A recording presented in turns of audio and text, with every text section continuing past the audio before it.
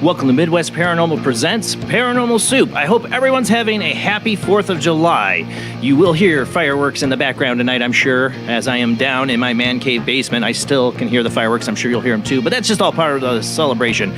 You know, I've done many, I've skipped many 4th of July shows. Usually because of the sound and spending time with the family, but tonight I had this guest given to me from Michelle. Thank you, Michelle. And I did not want to pass him up, and he would have been booked out way later. And I'm like, you know, I got 4th of July open. We've been talking about UFOs, and boy, that's what we're going to talk about tonight. Tonight's guest is going to be Damien Nott. He is from Sydney, Australia. So he's going to be joining us. It'll be afternoon time, I think, there. You know, I'm nighttime here. It's lovely when I see people in Australia with daylight. It's like time travel.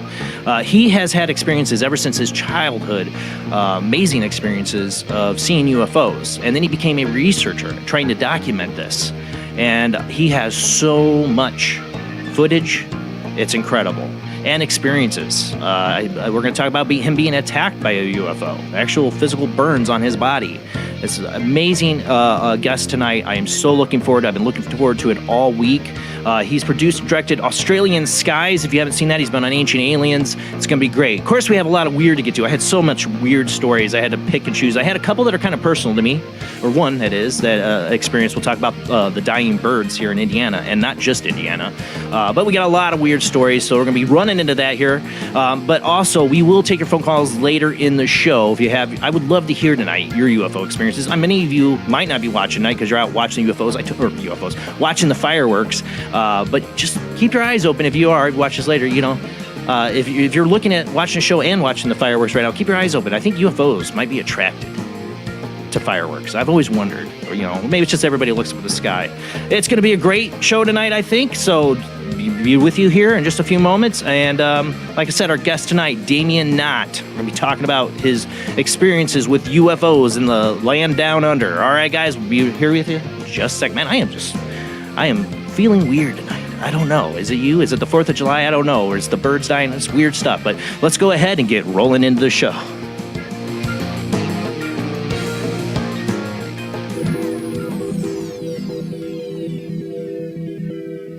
Welcome to another night of Paranormal Soup. I'm your host, Jason Bland. I might probably be feeling weird because I'm hopped up on Mucinex. I've had a sinus infection since you saw me last Sunday. I was barely hanging in there, and it's this dang sinus drainage. I hate it. I hate trying to host a show with it. I want to do this show, and I'm going to do it. But, man, it drives me nuts through the whole show. I'm, like, sitting there trying not to make disgusting noises because of the constant sinus drainage. But I'm sure you don't want to hear about that. Our guest tonight, Damien Nott, will join us after the World Wide Web of Weird. He should be joining us on StreamYard here, so you'll get to see him in the land down under. And I cannot wait to talk about all this great UFO evidence we're going to show tonight and talk about his incredible experiences. Joining me, as always, every Sunday night is my beautiful co-host, Jamie D. Happy 4th of July, Jamie. How you doing? Happy 4th to you, too. I'm doing great, thank you. I don't know, you'll probably have fireworks going off soon in the background where you're at least the next couple hours. It's already been happening here. It kind of started to die off. I don't know if people hear it tonight or not. I don't mind. It's the fireworks. I love independence. I love the 4th of July. I'm wearing my 1776 Under Armour shirt here. I've just never been I was bored by fireworks. I wanted to see UFOs in the sky. I'm like, where's the UFOs? From St. Augustine, Florida, Rob Autry himself has also joined us. How you doing tonight, Rob? Doing good, doing better. Yeah, we won't get into that. You might hear fireworks here too, because my neighborhood, I'm sort of, in yeah. There, so they're between guns and fireworks, it's going on. My dog's already peed on the floor twice. So. That's the worst. As somebody as a former dog parent, my dog's actually never freaked out about it, but my parents' dogs do horribly with it. They're little Shih Tzus they've had, and one has passed, but they've never done well. And I always feel bad for the dogs and vets. People have, they don't, soldiers that it affects PTSD. Just consider that when you're firing off. I know I'm in Indiana. We really like to blow stuff up here. We really like to blow stuff up here. I'm sure they do in Florida. Oh, yeah. All right, guys. We got a lot of weird to get to, so let's go ahead and roll into the World Wide Web of Weird.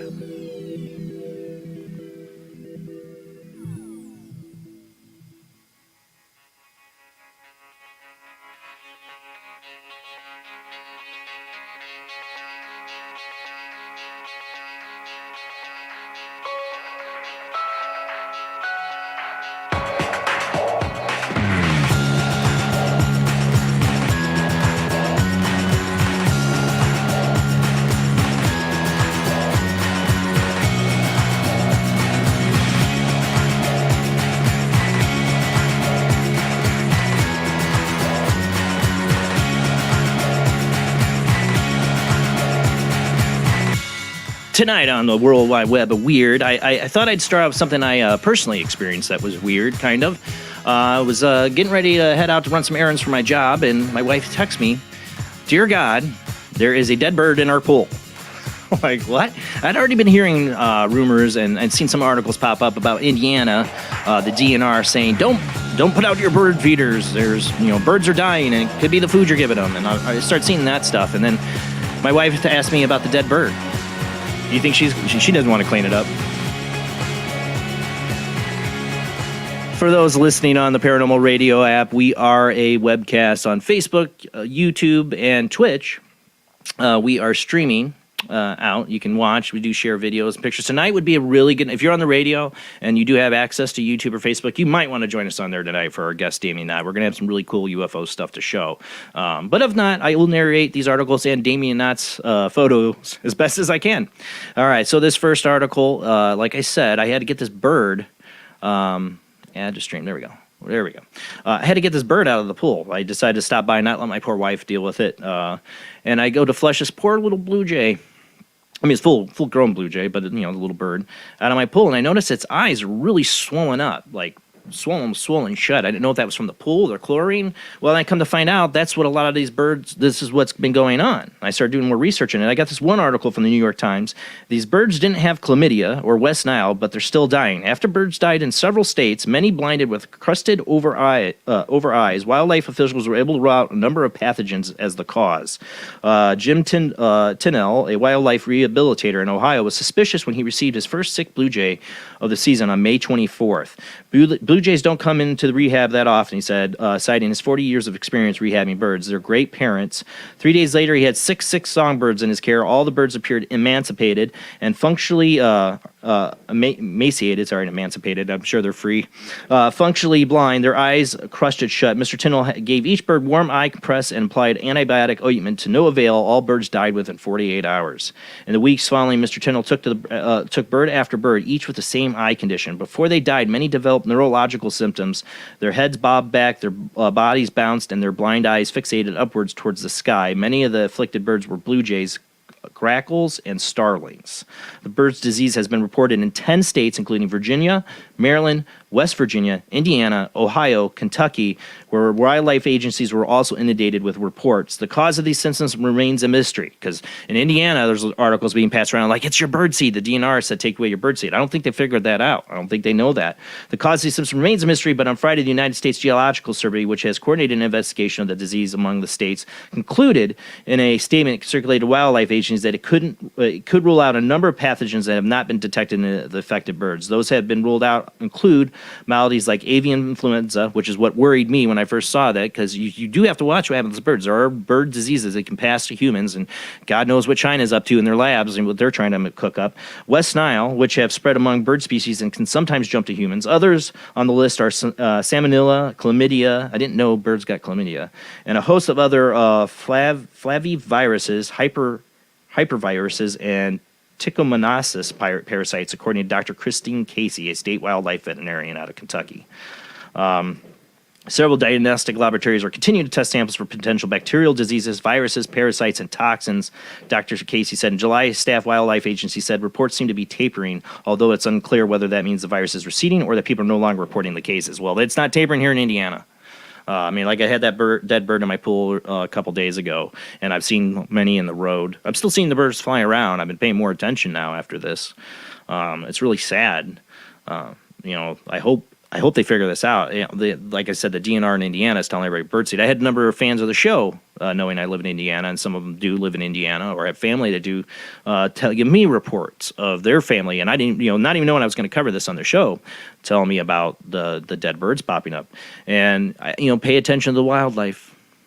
When things are going to go bad, real bad for you doomsday people, the animal's the first to tell you. So it makes me a little concerned when I start seeing dead birds in the road and in my pool. But it had the swollen eyes, just like this bird here in this.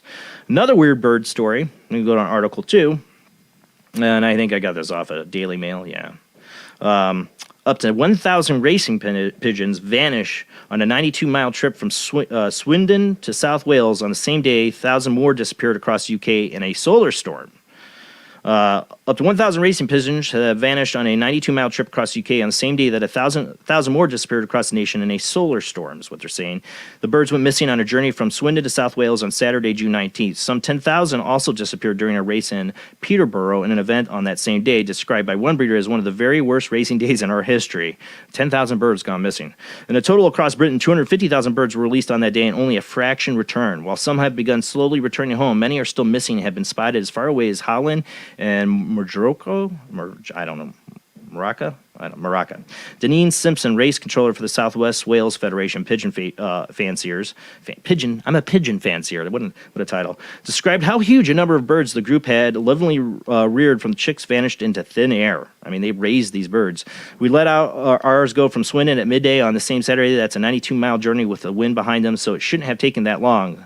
But the 1,400 that went out, only about 200 to 300 made it home.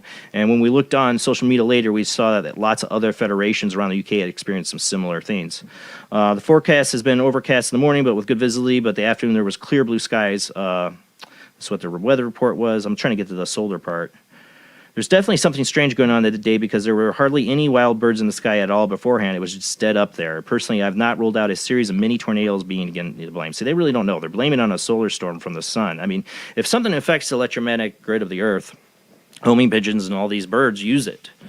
So it definitely could confuse them, all that. I don't know if that's anything related to what's going on here with the birds and the swollen eyes. I don't think so. But I've noticed a lot of weird bird reports over the last year. All across the world, birds dying. And like I said, that's, I think, like the canary in the coal mine thing. It works the same way out here. You don't have to be in a coal mine when things are going bad or we're doing something wrong. When you see your fragile wildlife like birds die off, it should be a big warning sign. So We've just been noticing there's a lot less birds in general. We have the blue jays and the crows and everything, but we were just saying the other day, we used to have a whole bunch of different, just birds everywhere. And yeah, there just aren't that many birds. There's no snails anymore. There's a lot of things that are. well, one of the things they blamed it on for the Indiana and across the country is the what do you say, the cicadas that they've been Mhm. hibernating for 17 years, is that they got pesticides in them while they hibernated all that time, and now the birds are eating them and it's killing them. And that's a good possibility That too. could be a possibility. It makes you wonder. I mean, dear God, don't trust these big corporations to give two craps about birds or what they use to kill, bugs off. That stuff's nasty. I used it once. To kill, because I was having such bad things with ground owlers, these bees that go into the ground and eat crickets. They actually eat crickets. So I want to get rid of the crickets so they don't have a food source to come in my yard and sting the hell out of me when I mow my lawn. And I sprayed that stuff. Oh, yeah, there's no more crickets, no more bees. But I had flies, like from The Omen or The Exorcist or something. Like it was awful. I never sprayed that stuff again. I'll get stung. Whatever. All right, let's move on before we run out of time. All right, what do we got here next? All right, we're going to move on to some Bigfoot stuff here. Bigfoot stories abound in upstate New York, and I keep saying with coronavirus and lockdowns, how does this affect the paranormal, like especially the cryptoids, like Bigfoot? Are they noticing, the difference in what's going on in humanity? When we were locked down, do they see things get quiet, or are they susceptible to COVID? I mean, who knows? Visitors and residents alike have described encounters with a strange screaming creature in the region. Michael Gmond, if I'm saying that right, who hails from Messina, had been on his way home along County Routes 37 around 11:30 p.m. on June 20th when something very strange happened. Writing on his Facebook, he described a fast-moving creature that crossed the road 50 feet from his car. I was going 60, and it crossed the road from right to left in less than a second, he wrote. It was not a deer. I've seen plenty of deer. The thing was brown or gray, shaggy, and had arms and legs that moved in a circular motion. After his story was posted, several other people came forward to describe similar experiences. One of them, Arik Lazan, had been plagued by encounters with a mysterious creature in the area for years. The woods at the back of my house went on for miles and miles, he wrote. I was out there a couple nights, and I kept hearing a loud screaming noise. It sounded nothing like I've ever heard before in my life. It sounded like a mix between an elephant and a bear, and it goes right through you. It's deafening. The summer of 2013, when it started getting really bad, every night I would have a company come over. Every time we were outside, we would hear that screaming. One day I came home from work at 8 a.m., and my neighbors were all outside. While I was at work, one of them ran through my yard and destroyed my birdhouse. There was big footprints through my whole yard and hair stuck in my fence. I don't know. The other thing is we encroach on their territory. I'm noticing it here in my town. There's less and less woods for our deer, and it's all getting, tore up to build new houses or businesses or whatever, and with the wood shortage, not really a shortage, but they had, there was more, let's go cut down these trees and, sell the wood. I've seen a lot of that. So that's more encroachment on their territory, Yeah, you're seeing all over the place, seeing bears and moose and deer and all kind of stuff like coming into the neighborhoods, and yeah, a lot of snakes and stuff, but alligators. But yeah, seriously, let's just keep tearing down the natural habitat to build some more houses. Smart move. Well, that's what I'm saying. It's an eventuality. If Bigfoot really exists as a physical creature, we're going to find them because we keep encroaching on their territory. I mean, there's plenty of places that are protected that will always have that. We can't encroach upon.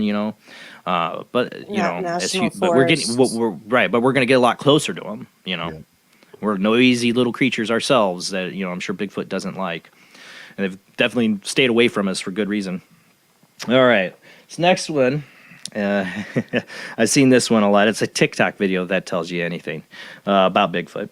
Somebody's captured Bigfoot on TikTok. Yeah. Bigfoot chases Bigfoot chases ATV video clip raises eyebrows. Yeah, you see my eyebrows raising? Yeah, my eyebrows raising. And they managed go to ahead. get it in the first 30 seconds that they're filming too, which is amazing. Well, who knows how long these guys were talking about hookers and strippers with diseases, because that's their conversation going on. If you listen, nobody's going to be listening to it, I'm sure, but I did. I've edited this video, watched it. I'm like, what are they talking about? But yeah, these guys are driving along their ATV talking about strippers or something and diseases, and this you're going to see, for people listening to the radio, of course you won't see, Bigfoot supposedly running along the side of them, and with them not noticing. And it all seems a bit, as my sons would say, sus. All right, let me read a little bit before we roll this video. Given how easy it is these days to produce fake videos of UFOs, ghosts, and Bigfoot, it's no surprise that social media sites are awash with clips that have been described as dubious at best. This is from Unexplained Mysteries. The latest one, which is entitled Bigfoot Chases Man on ATV, was uploaded onto video sharing site TikTok, where it has managed to rack up over 250,000 likes from viewers. The footage was filmed by one of two men riding an ATV along a trail in the middle of some woods. The location is unknown, but it's believed to be somewhere in North America. Really? As they continue along the trail, a note appears applying that someone or something had placed a down tree, you'll see this in the video, across the route, although there is no evidence that it was put there deliberately. It was literally just a fallen tree. They're like, look, Bigfoot tried to stop them. He's trying to set a trap. It's a trap. The camera then pans left to catch a glimpse of a humanoid figure running through the trees. Suffice it to say, there are some issues with the footage, especially with the Bigfoot, which looks suspiciously like a person wearing a flimsy costume of some kind. Okay, go ahead and roll that beautiful, Bigfoot digicabra footage. And it's not a digicabra; it's just a person in a suit. It's not even that special. It looks like a wetsuit. Got to have the audio for this. Say have the audio, can you? I want people to hear these guys' conversation. Oh, maybe there is. It might be coming up. You have the audio. Don't worry. I'm sorry. I think there'll be audio. Should be. You'll hear them start talking here in a minute, I think. Maybe not. It should have audio. Huh. Now I don't hear it. It did earlier when you did the test video of it. When did you get? It just doesn't matter. You don't have to have the audio, Rob. It's not a big deal. I want people to hear these guys' stupid conversation while this goes. I was muted. Oh, that's why. You go to a bar, you meet a girl who's got the same disease as you do.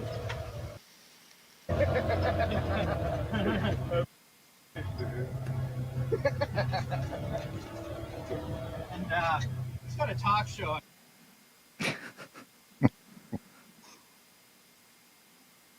Yeah, there's going to be a zoom in here. I think everybody's going to feel about the same on this.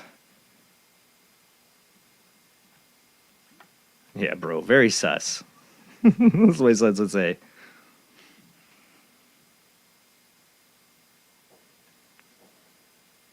Yeah, I have a reasonable, I think, to believe that's a person in a suit.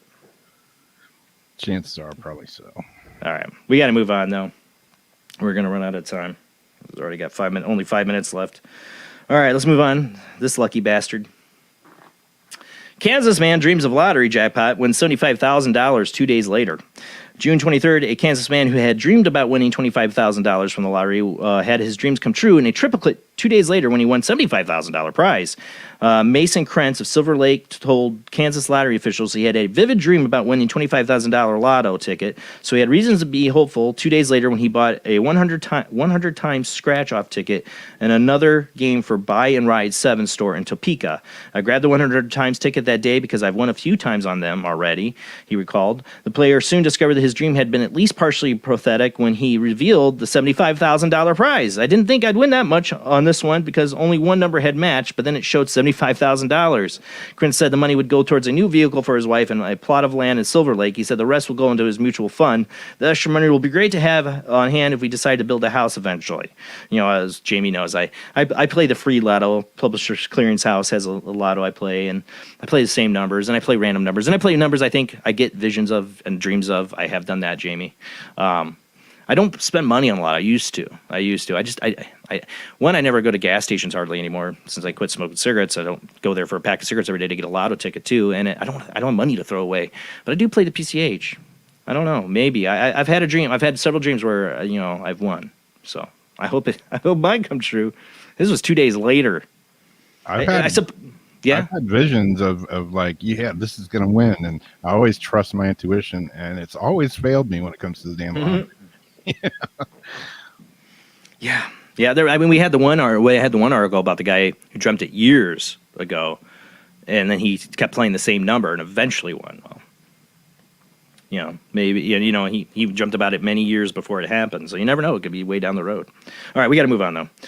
All right, this is a sad story. I almost covered it last week because it kind of popped in last week, and everybody knows the Surfside Champlain Towers that have fallen in Florida. It's horrible. This is from Blaze Media. Distraught family says missing loved one's landline has called at least 20 times from the rubble at Champlain Towers. Florida family members say that they have received no fewer than 20 phone calls from their loved one's landline since the deadly collapse of the Champlain Towers in South in Surfside, Florida, nearly a week ago. Oh, dang it. This article's messing up on me. Arnie Norkin, 87, and his wife, Miriam, 81, lived in the doomed building, third floor, and their loved ones say that they began receiving calls roughly 18 hours after the building partially collapsed. 11 people have died. This is a few days old, so it's been more than it's up in the 20s, I think, that they've found bodies, or at least of, or more. Approximately 150 people remain missing. But these people are getting these phone calls. I'll cut it short here because we only have like 2 minutes. But they've been getting phone calls, and they'll be like static on the line. There's nobody there. I mean, how heartbreaking is this for this family kid? I don't know if it's paranormal related. The mind races. Like, are they stuck somewhere? I mean, they've went to the authorities with this, of course, and they can't explain why they're getting these calls. And it seems like they'd be able to ping the phone and find out at least where it's coming. What's a landline?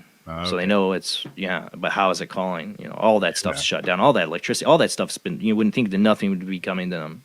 Yeah. It's like a ghost in the machine. It's such an interesting story, and it's so sad. It's so sad. I just feel for this family. If they're going through something paranormal, I hope it turns to be something that will console them about their family members that I'm afraid are probably gone. Yeah. It's so sad. All right, we got one last one. I don't have a lot of time. We only have like a minute left, so I'll just comment on this. Unexplained mysteries. UK has no plans to launch a UFO investigation. Wonder why? Because this whole thing's a farce from our government on our end. It's a farce. It's great. It's great in so many ways for helping us be more open and the media talk about it. And I can announce, I guess I'll say it. I'm supposed to be on ABC News 52 South Bend. They have a tentative date. I don't know if I'll give that out yet. I'll let you guys know if it airs. You know how these things go. I did an interview with a reporter, Tiffany Salome. She's an awesome young reporter. I had a lot of fun. I hope it airs. Some other people you might know, or at least one other, I won't say who yet, will hopefully be in it. It's supposed to be like a 10-minute segment, it sounds like. And when it airs, I'll let you guys know, and I'll try to see if I can get a clip to post up on the page. But yeah, UK not interested in UFOs, obviously. They are totally interested. They're just not going to be public about it. And our government, it's a show. It is really a show. And I think partly for defense money and partly to shut people up, they don't want talking about UFOs or looking into it the way they think. They want to control the narrative. It's out of their hands now. Too many people with cameras and photos. The people storming Area 51. They had to bring it under control, just like they did back in the 60s with Project Blue Book. And that's what we're going to see in the next few years, I think, coming out of our government. It's a new Project Blue Book. Blue Book. I have trouble talking tonight. It's damn sign of strange. But that's it for the World Wide Web of Weird. Our guest tonight is Damien Damien Nott. I say dot.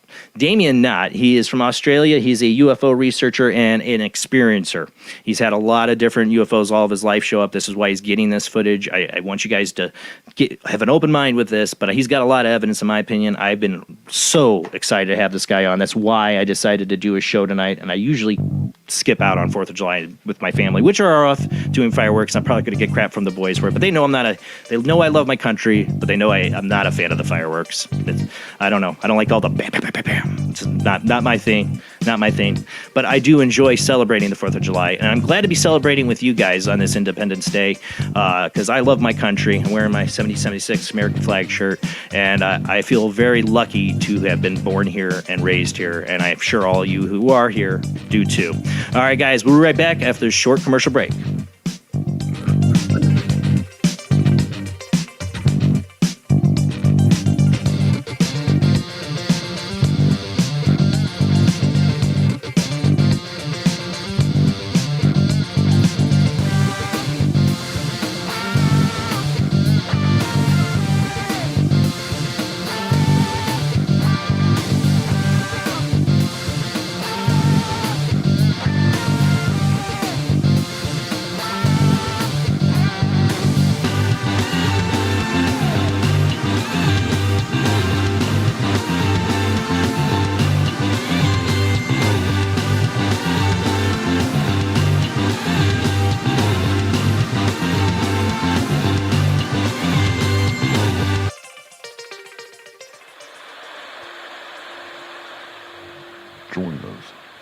Wednesday night at midnight Eastern Standard Time for Weird Wednesday, the live stream, with your hosts Jamie, the Living Dead Girl, and Rob, the Phantom, where we'll talk about all things paranormal, including zodiac, astrology, tarot card and oracle card readings, live ghost boxing and spirit communication, where we'll do Voices from Beyond, the Cold Case Files.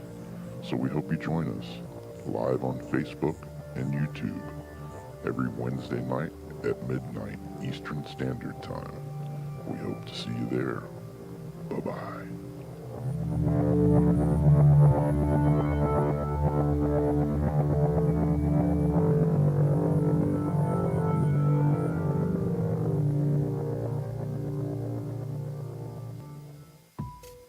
Since 1948, Fate magazine has brought you reports of the strange and unknown, all of them true. Fate Radio is carrying on that tradition, bringing you the unusual, macabre, strange, and bizarre. Join host Kat Hobson Sunday nights from 8 to 10 p.m. Eastern on WBHM Digital Broadcasting.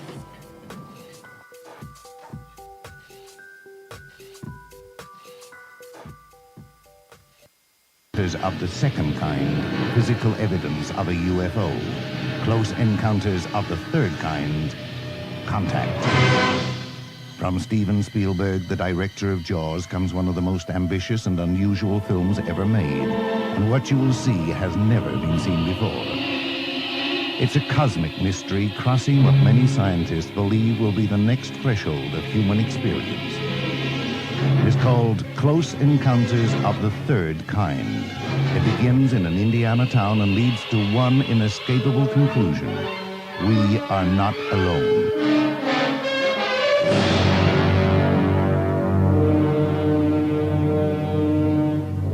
Close Encounters of the Third Kind. Certificate A. Now showing at the Odeon, Leicester Square.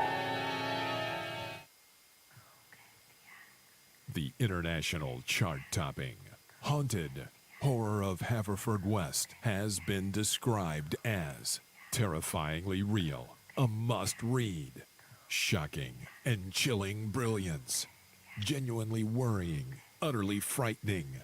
Don't read before bed.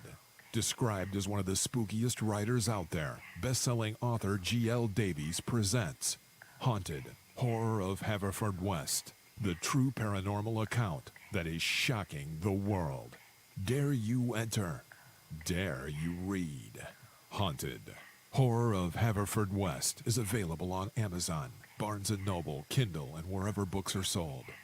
Pray you never have to live there. This is the sound of a space clock aboard a U.S. satellite 180 miles above the Earth. No one winds up this timepiece. It's powered by a tiny battery, a battery that delivers power for years without replacement.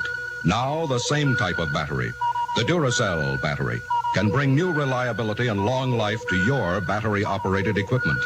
Radios, cameras, toys, all run far longer. Duracell batteries, the long-distance power cells, outlast any ordinary battery.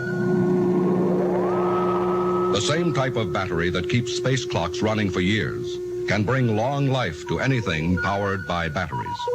Dura, as in durable. Cell, as in power cell. The Duracell battery, made by Mallory. Are you intrigued by Paranormal Talk Radio? You'll love the new Paranormal Radio app from Talkstream Live. You'll find a great selection of talk shows covering UFOs, ghosts, strange phenomena, and much more. Download the Paranormal Radio app now and start listening to the very best in paranormal talk entertainment, including the network you're listening to right now, the Paranormal Radio app, free in Google Play and the iOS App Store. Switch to DCS ranging. 240, nominal to profile. We're in the pipe, 5 by 5.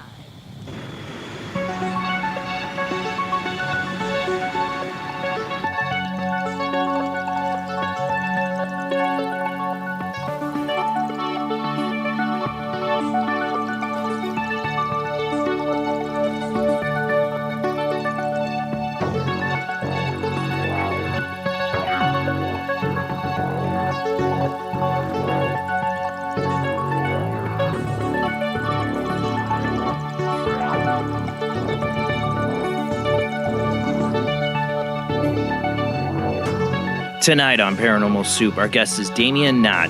Damien Nott was born in Sydney, Australia, and grew up in the western suburbs of Sydney, where he currently resides. His story came to public attention in 2012 after contacting a UFO research organization in an attempt to find answers to his repeated experiences with UFO phenomenon. He became and continues to be an avid researcher focusing on that subject.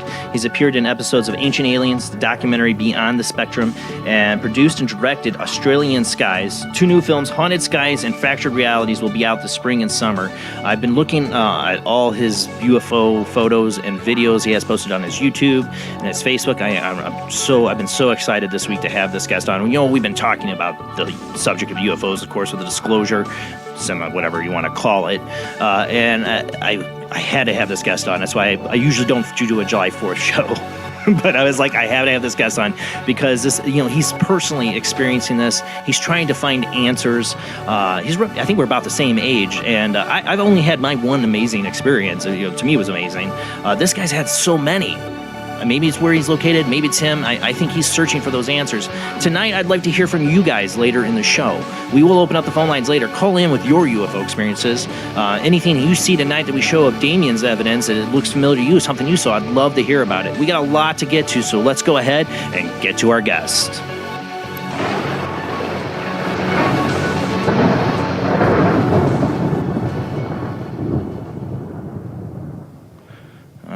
I think we got our guest here. How you doing tonight, Damien? Hey, I'm well, thank you. How's yourself? Doing good. It's an honor to have you on the show. All the way down under in Australia. It's nice and bright, sunny there. It is, actually. It's a bit cooler in winter now, but yeah, it's nice and sunny day today, so it's beautiful. So it's winter in Australia. See, it's like just the opposite side of the world. You guys. Yeah. Yes. Yeah, we do everything the opposite, so. Like I said, I've been kind of like stalking a little bit on Facebook and YouTube after I'd seen you on Ancient Aliens and I'd seen you in something else. When Michelle gave me your contact information, I was like, yes, I want this guest because I just find your experience so intriguing. Especially since this has been something that's happened since childhood. I've had weirdness all my life. I've experienced weird, strange things. I've only had really two major UFO things, maybe an abduction. I don't know. Trying to look into it in my life, but this has been a constant thing going on. Let's talk about how this all started for you. Yeah, sure. It started when I was 9 years old. I had a sighting of a red ball of light. It was following me in a place called Blacktown in Western Sydney.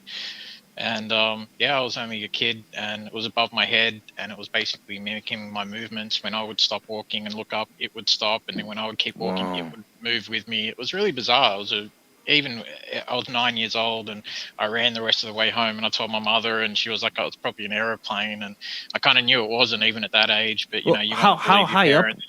How high up was it from you? It would have been estimated. Probably about 12 to 15 feet, so it wasn't high at all. Plane. Quite low. No, not a plane. No, definitely not a plane, no. And then, how big? Like, was it like a basketball size or a plane size? Probably a little bit bigger than a basketball, not much bigger. Yeah. It wasn't big at all. I mean, but it was eerie. It was an eerie kind of feeling, sensation, the whole thing. And then it was 3 years later, I was camping out in the backyard with my stepbrothers at the time, and we were just looking up at the sky. It was a hot summer night, and all of a sudden another red ball has come down from the sky, and this is 3 years after my first experience. And straight away, I said to my brothers, "Look, oh wow, there's the ball I saw that I've been telling them for 3 years, and they're like, "Oh wow," and it's getting bigger and bigger. Then all of a sudden, a blue ball of light has come on just out of nowhere and started chasing this red ball of light around the sky. Whoa. So the red ball of light would go this way, it would stop and then do a 90-degree turn.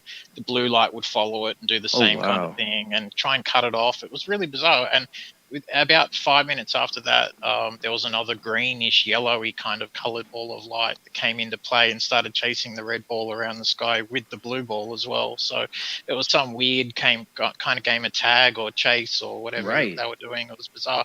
Went on for like 15 minutes, and my father saw it, my brother saw it with me, so it was kind of validation for me. And so from then on, I kind of delved into the whole anything I could find out about UFOs, because I'm a bit headstrong. If someone tells me, no, you can't do something, I'm going to show them that I can do it. So I wanted to prove to my mum that she was wrong and that what I saw was it wasn't a plane and everything. So yeah, launched me into the past 33 years of looking into the phenomenon, trying to find out what it was I'd experienced when I was younger. But I saw a small handful of sightings during my life after the one when I was 12 with my brothers.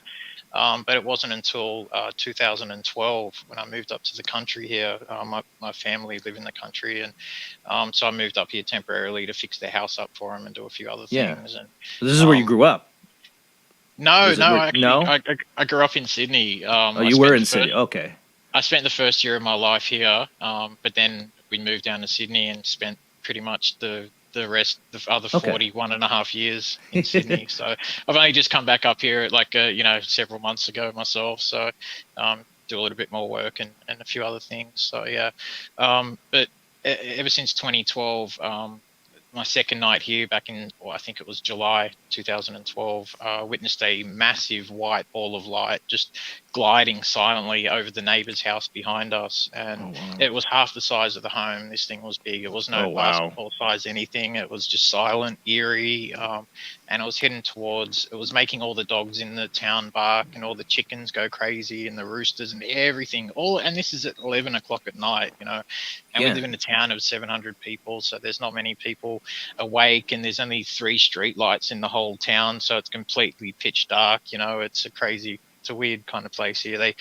This whole area is known as the astronomy capital of Australia because the amount of stars you can see, and you can see the solar system, and we have telescopes all around the area, and so a lot of astronomers and stuff like that. In America, we have a lot of UFO sightings that are near Native American places and ghost lights that are near Native American land. Is it Aboriginal area that you're in at all, or out in that country? Just a little bit north of us here, there's a place called Cooler Tops National Park, and there's legends in the park going back thousands of years about a Barangaya, which is a god in space that would come down in a ball of light and would move along the treetops. Oh, wow. And they have a legend of the creation of the Pleiades star system here, where apparently one night, several of the women from this tribe, Aboriginal tribe who lived there, they actually climbed to the tops of these huge trees because they're like prehistoric trees with the big trunks and everything, and they're just massive. So they climbed to the top of them, and they were waiting for this sky god to appear, and sure enough, he appeared, and he abducted them. He took them into his into space. His glowing ball. And they became the Pleiades star system. That's the legend of the Pleiades star system. And it's funny because the Aboriginals here made a little bit of a twist to it as well. They kind of said that 6 of the 7 sisters were quite pretty, and one was a little bit uglier than the rest. So therefore, her star does not shine as brightly as the other 6 sisters in the Pleiades star system. So it's got to be an ugly sister, right? She wasn't as pretty, right? So I feel sorry for her. But have a feeling an Aboriginal man wrote that story, but okay. Yeah, I'd say so. definitely a man wrote that. Yeah, for sure.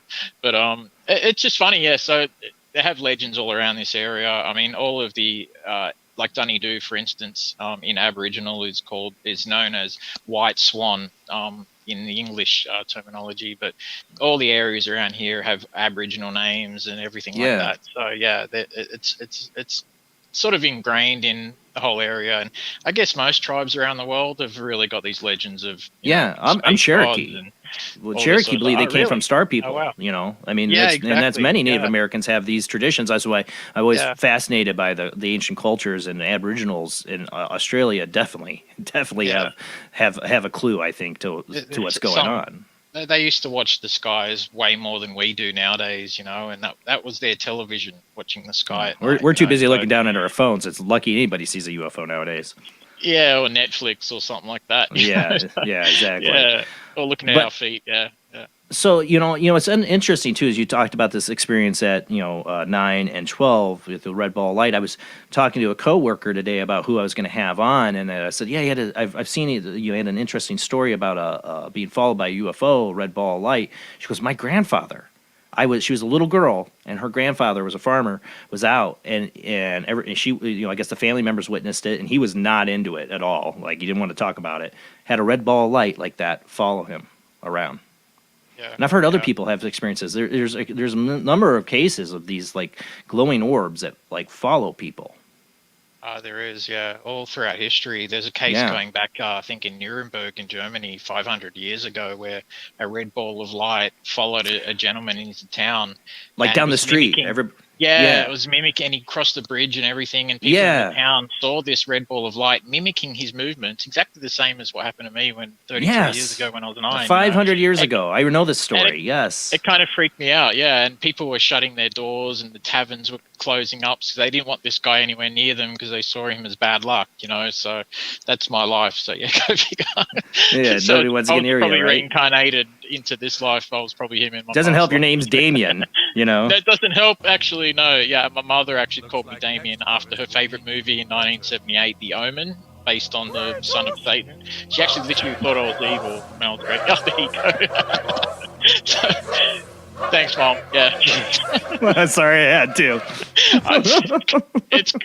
Man, that's good timing. So, very good comedic timing. I like that. But, it was my mum's favorite movie, and what? She seriously named you after Damien from The Omen. I was Did born she really in watch the February. movie? I was born in February 1979, and that movie came out in 78. June 1979. Well, there you go. Wow. It's insane, man. It's insane. But see, my mom almost named me Elton, and the only good thing my biological jerk dad did for me was make sure I wasn't named Elton. But dear God. That's Damien. probably a good thing. Yeah. Damien's pretty rough, but you deal with it. I'm sorry. So your mom really liked that movie. Wow. Yeah, it's funny. I've actually got a gentleman who's an ex-professor of religious studies over there from Ohio State University who's been writing a book on me for 3 years now. He's retired, but he believes firmly, and he claims he has proof. I've asked him for it. He's never sent it to me. But he claims he has absolute proof that I am the second coming of Satan on this earth, and that I'm here to usher in the end of mankind. And he won't show me the proof. I want to see the proof. Yeah, it's insane. The book's going to be out in about a week and a half. So I've been counting down for like 3 years now for it. So, how did that happen?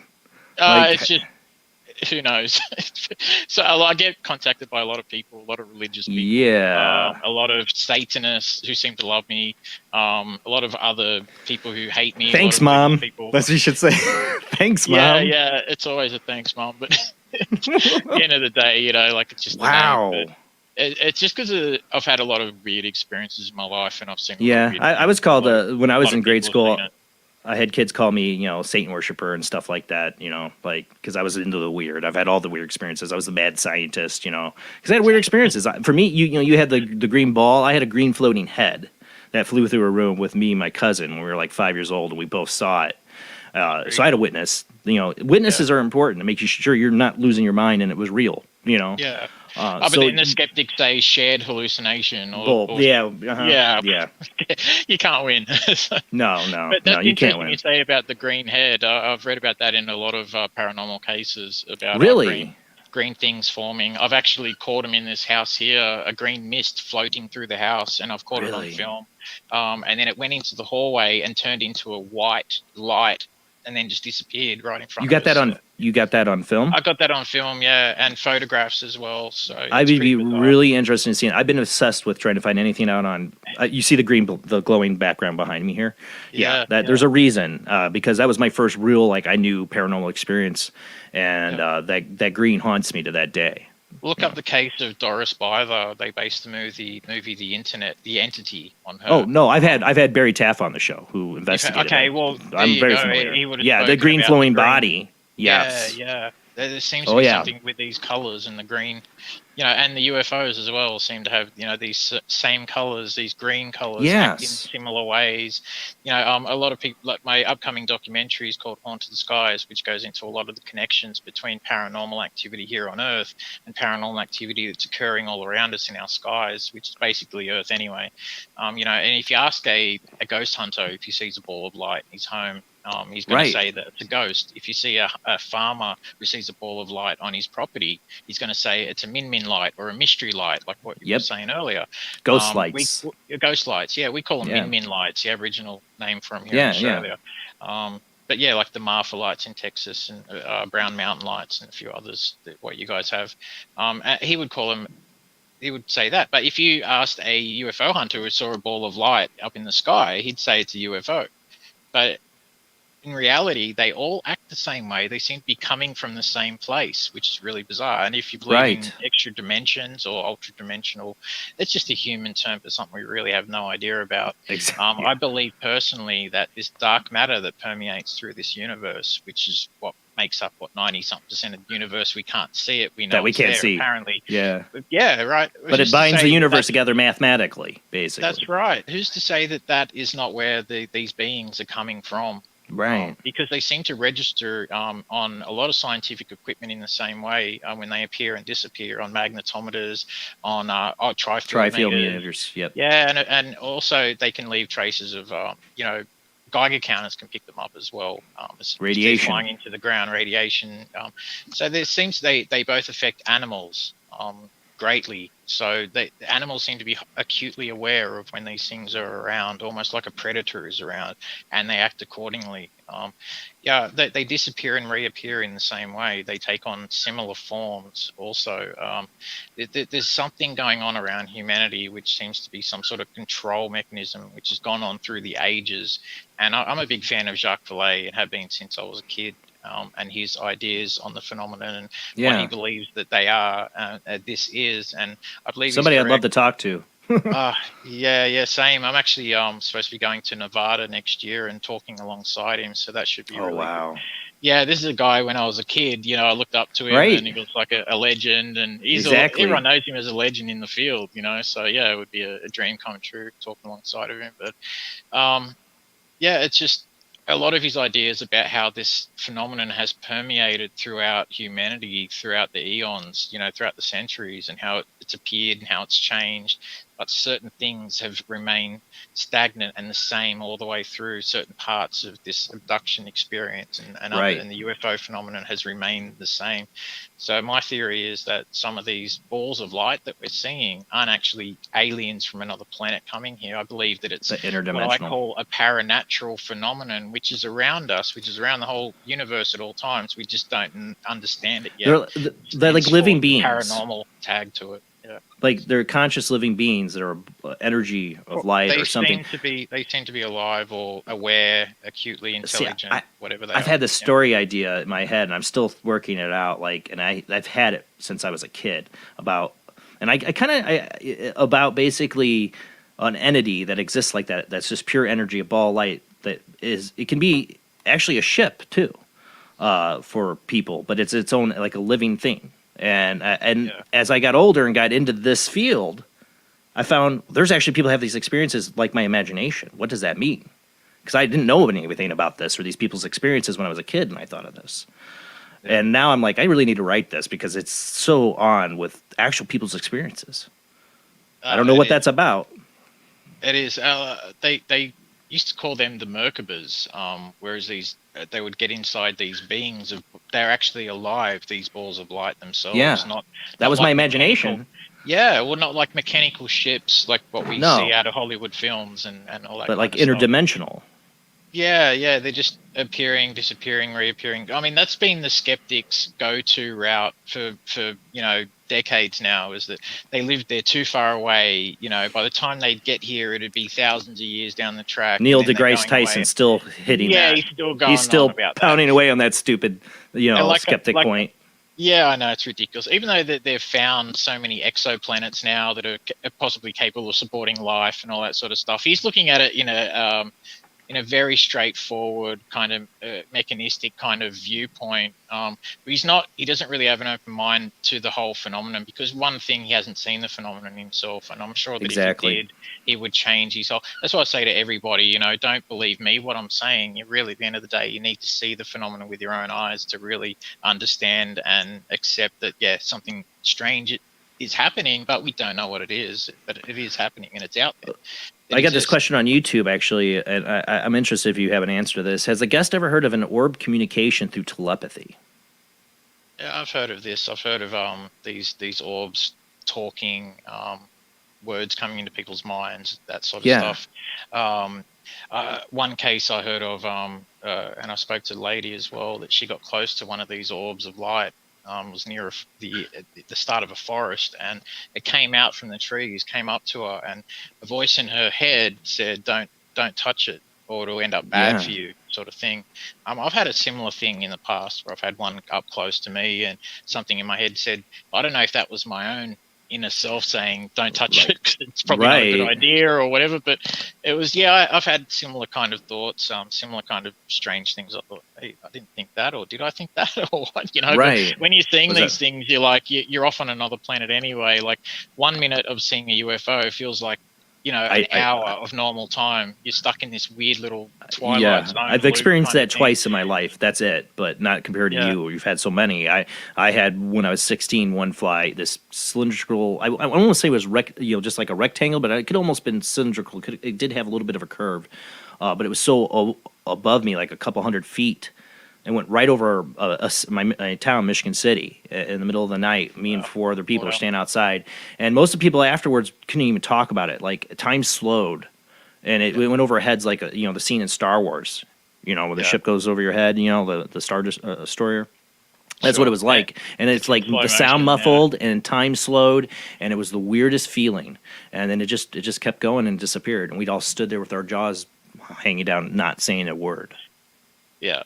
Yeah, it's a bit like that. It's part of the high strangeness of this phenomenon. You can get like 20 people who see the same UFO that you're seeing at a Skywatch or whatever, but 17 out of those 20 people will see and draw down the same thing, whereas 3 of those people will see something completely different, even though they were staring at the same object. And you got to wonder, is that, human memory is fallible? Is it a human or are they seeing through something? Or are they seeing something different because there's something about their mind is not set in a certain way, or whatever the case is? I mean, I've looked down every route possible in the past 33 years trying to work out, is it people who see repeated sightings of these things, is it because of whatever reason? Is it because of your ancestry, your history, your brain makeup? Is it a mental blood type issue? Is it blood type? Is it a whole bunch of other issues? But at the end of the day, you can't really nail it down to anything, because there's and one thing in this phenomenon, if you're true and honest, the more that you look into it, the less you actually do know.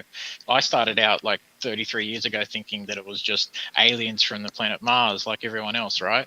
And then the more you look into it, the more that you think you know an answer, and you think you have it down pat and everything, and then it throws a curveball at you, and then it just throws all of your research out of the water. But there's still a few points where they do tend to come in certain months more than others. But if it was like, if you could say, okay, that they come at this time, they come on August the 16th at this time, we'd have proof.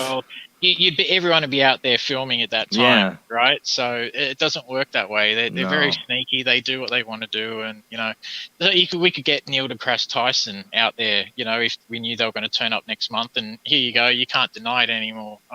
But it doesn't work that way, unfortunately. They're quite random in what they do. But one of the things they do quite regularly is show up in waves. So there'll be, you might not see anything for a few weeks or a month or 2 or 3 or 4 even, and then all of a sudden 1 week you might see something for 2 or 3 nights in a row, or 1 night in a row, or whatever, and then all of a sudden, bam, activity, then it stops again for 2 weeks, and then all of a sudden you have another sighting, and then it's gone again for another few weeks or whatever, or then you have 3 or 4 in a row over 3 or 4 nights, and it's really weird. So you can't 100% work out or put it down to any time zone, or whether there's solar storms or whatever's impacting on these things showing themselves. But they don't seem to really care whether they show themselves too much, but they do seem to care. I mean, so many people around the world are seeing them, right? So they don't really care that much. But we do have some strange issues, which is another weird connection with paranormal phenomenon, with cameras, memory cards, batteries, all that sort of stuff failing, dying. When you press record, it's recording, and you start filming, then you go back and look at the recording later, and it's only recorded for 1 second, then it stops itself, or something weird like that. And you're like, no way. It just becomes that happens in paranormal investigations when you're investigating a haunting. It's the same effect. Yeah. That's what you should really. Have you heard of the book? As I mentioned, I had Barry Taff on. He wrote a book, UFOs, or is it UFOs Above, Ghosts Below. Same Ghost Below, yeah. Yeah, it's a great book. It really addresses like his Exactly. theories on this. I thought were amazing. He was a great guest on that subject. Yeah. Well, it is quite fascinating because you do find that whenever there's a flap happening or whenever, a lot of UFOs are being seen around a certain area for a certain time period, you'll also get paranormal activity happening on the ground as well. So it's not just stuff happening all around us in the air, it's happening in people's homes, poltergeist activity, all sorts of other weird, bizarre things. Now, I felt uncomfortable in the past speaking about a lot of that poltergeist stuff and all that, but I've had too many experiences now. See, I know Weird UFO stuff for me to- abductees that have had these experiences and don't like to talk about it because it's already hard enough to get out there to talk about that I'm being taken, I'm going through this, and then to get into the other weirdness and high strangeness that's going around in their lives. It's just like it's hard enough to tell people about this, to tell them about what's going on in my home and this weirdness. Yeah, exactly. Same thing happens around the Bigfoot phenomenon a lot as well. Right. Balls of light are seen around Bigfoot. Yes, that's very interesting. And a lot of their tracks seem to disappear out of nowhere, halfway up a mountain. Then the tracks just are gone, like they've been plucked off the mountain by something. Or, there's a lot of little strange things, but I mean that only makes up a small percentage of the Bigfoot cases. But there are certain things which do connect the phenomenon, and I've come up with now 28 points for the next documentary, Haunted Skies. Some small connections, some possibly not even connections, but just things to make people think and go, okay, right. Well, they can make up their own mind. I'm not shoving anything down people's throats and saying this is the reality, this is the way it is, because I don't know. You're asking the questions is what you're doing. Yeah, well, putting it out there and people can use their own minds to formulate their own ideas about the phenomenon. So. Well, that's why I named the show Paranormal Soup. I say it all the time, is because I believe all these things are connected. There's some universal paranormal theory out there that could tie all this together, I believe. Absolutely. There's some big connection. Yeah, I agree 100%. It's finding that connection, which is the difficult part, but it's the fun part too. So it is, because it's a mystery, and I don't know if we'll ever solve it. Maybe not in my lifetime or yours. I mean, but it's something I've always it's just a feeling that these things are all connected in some way. Now, you getting into this field and studying this stuff in your experiences, I mean, it has to raise the question as you learn about this field. Do you wonder if you've been abducted? Yeah, I used to get asked that all the time because I've had some strange experiences, right? Like strange dreams. They were dreams, right? I woke up in my bed afterwards. I've had a couple of strange, but only 2 in my lifetime like that. But I've put them down too as well. Like I've used this analogy on past podcasts as well. I'll you pinch it again. But if you're just say a truck driver or a garbage collector or whatever, and you do that most of your life, that's going to bleed into your subconscious eventually. Right. Eventually you're going to dream about what you're doing at work sometime or whatever the case is. I've never had that with any other, career that I've had before. I've never dreamt about it. But I mean, if you study something for 33 years, that's most of your life. Of course, it's going to eventually bleed through into your dreams. But one of the strange things that happened, these dreams were 3 weeks apart. It happened a decade ago here while there was a flap happening in town. And that was so real. I mean, when you're talking about real dreams and lucid dreaming, this was 10 steps above that. I was there, cold. I could feel cold.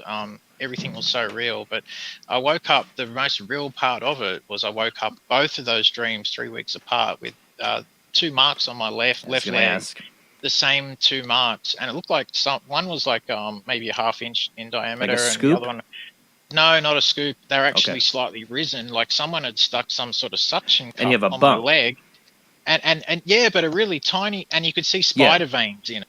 So it was like a hickey, you get on your neck when you're at school or something, right? And it's like you got all the spider veins that come up to the surface. It was like that, but in 2 perfect circles on my leg, two different. And so I thought, oh, what's the chance of you dreaming 2 dreams about that and then waking up 3 weeks apart and having these marks on your leg? I'm like, there's pretty much like I've begun to rule out coincidences a lot in this field because I'm starting to not believe in coincidences as much as what I used to. There's been too many serendipities and strange things happening and just really bizarre circumstances, and thankfully I'm not seeing them all myself. I've got a lot of people around me who are seeing some of the weird stuff, a lot of family members, friends, investigators who've been investigating my case for a decade now. And 99% of them have all seen UFOs and other weird stuff around me, and they can't explain it either. So who knows? Sometimes it does your head in a little bit, but all I know is that it's real. I know that there's something that's existing. I just don't know what it is. Everyone wants answers, in this Right. world. I don't We trust the want people who have the answers. That's the thing. Me neither, because normally they're trying to start a cult or they're trying to get Yeah. followers or whatever the case is. And me neither. It's all about honesty, integrity, truth, being truthful to yourself, being truthful to the world and what you learn and what you know, because a lot of these people are just making up stuff, unfortunately. And that's why I've distanced myself a lot from the UFO field as much as I can over the years, because I don't want I don't want these people just latch on to you, try and suck you dry, try and, get famous off you or whatever the case is. And it just, most of them steal your story, steal parts of your story, add it to their own. And it's just one after the other over the years. There's not too many. I was hoping that if I went public on the, with the whole UFO thing, that I'd eventually find people like me and, people who are genuine and real and have experienced it. And I'll probably, out of the thousands of people I've met over the past decade, I've probably got 5 that I've met that are the real deal, and everyone else is just like, it's always the same thing. They just want something out of you and give me, and you get nothing in return. Not that I want anything in return. I'm just happy that, since my documentaries are out on Netflix and Amazon and a few other things over the past decade, I receive a lot of messages and emails from people around the world people are reaching out because they've seen me and they believe they can trust me, that I'm not going to tell anyone their secret or their story or whatever the case is. And it's the same thing. I've had like literally tens of thousands over the past decade contact me. They're telling me stuff they can't tell their own family. They can't tell their best friends because of fear of ridicule and all that sort of stuff. And I don't know what it is about me, but people just tend to open up to me about all the craziest stuff, not even UFO stuff, but other weird things in their lives. And I'm like, well, that's not exactly what I'm about. But yeah, whatever makes you happy at the end of the day. So yeah, there you go. I don't know. Maybe it's your calling. I'm sorry. Could be. But the thing is about it. I love what you're saying here, because I'm struggling. We're both 42. I've had some experiences, but I'm like you. I've always been into this. Like, since I was a kid, I've been into the weird, the strange, unusual. I've been fascinated by aliens. When I was like 9 or 10, I read Eric von Daniken's Chariots of the Gods. I've been into this. So it makes you question, when you have a dream or an experience, if this is just everything I know being fed back to me by my subconscious. But even if it's really vivid and real. So I've been dealing with that, and I'm surprised. I was surprised by myself when I read a friend's book, Terry Lovelace. He's an abductee. The first time I read it, and he had a camping trip experience that really was incredible, and many other experiences. But really, it's about his Incident at Devil's Den book. But it brought out on a camping trip experience I had, and a dream, and a non-dream experience where I saw a light in the woods. But I wrote it off and didn't think about it. And that book, when I started thinking about it, I've looked away from all these things, always under the excuse of, it's just my imagination, just because I'm into this stuff. And I've had a really, last couple years, ever since I've started to think about it, really, like, either I'm wired not to look at this stuff, or it's because of, the doubt, like you have, like, because I've been so into it. How do I recognize it when if it is something happening to me, or is it my imagination or subconscious? It's really kind of frustrating.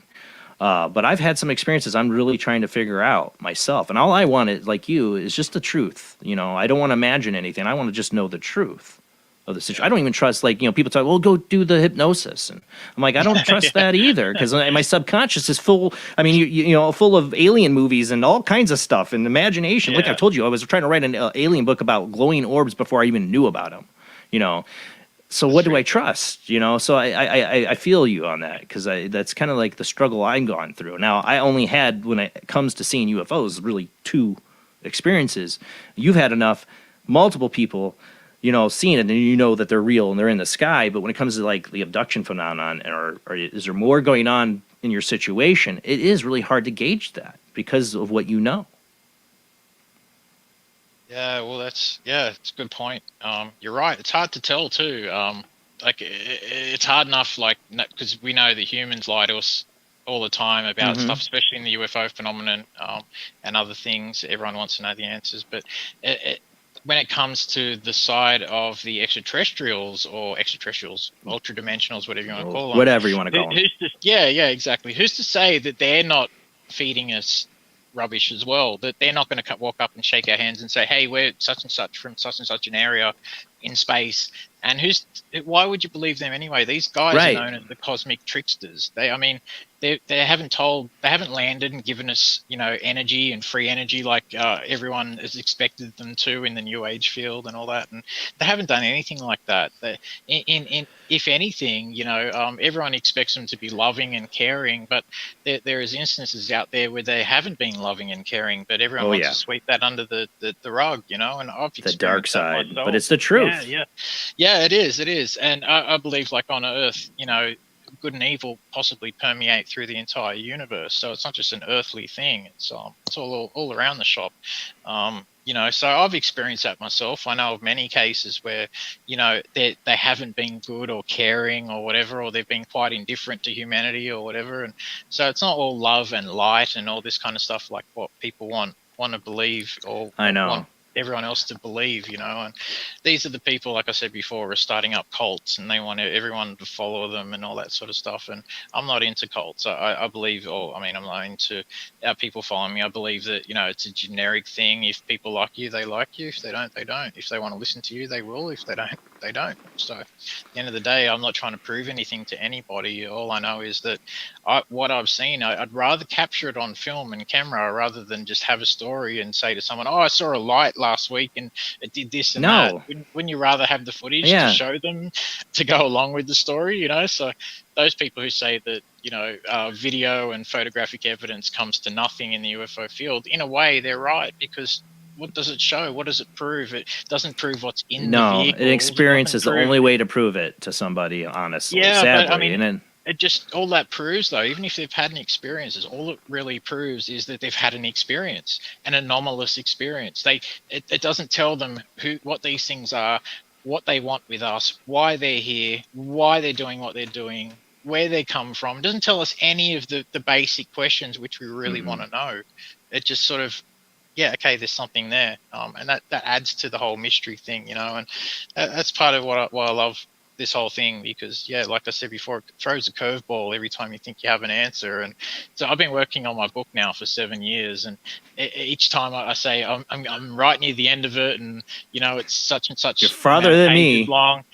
Well, every time I get near the end of it, I'm like, something else happens, or another big case happens, or another big sighting happens, or whatever, and then I have to write that in there as well. So I feel like it's an unending book where I'm waiting for an ending to happen, where there may not be an ending. The ending may be I die, you know what I mean? And then I can't write anything.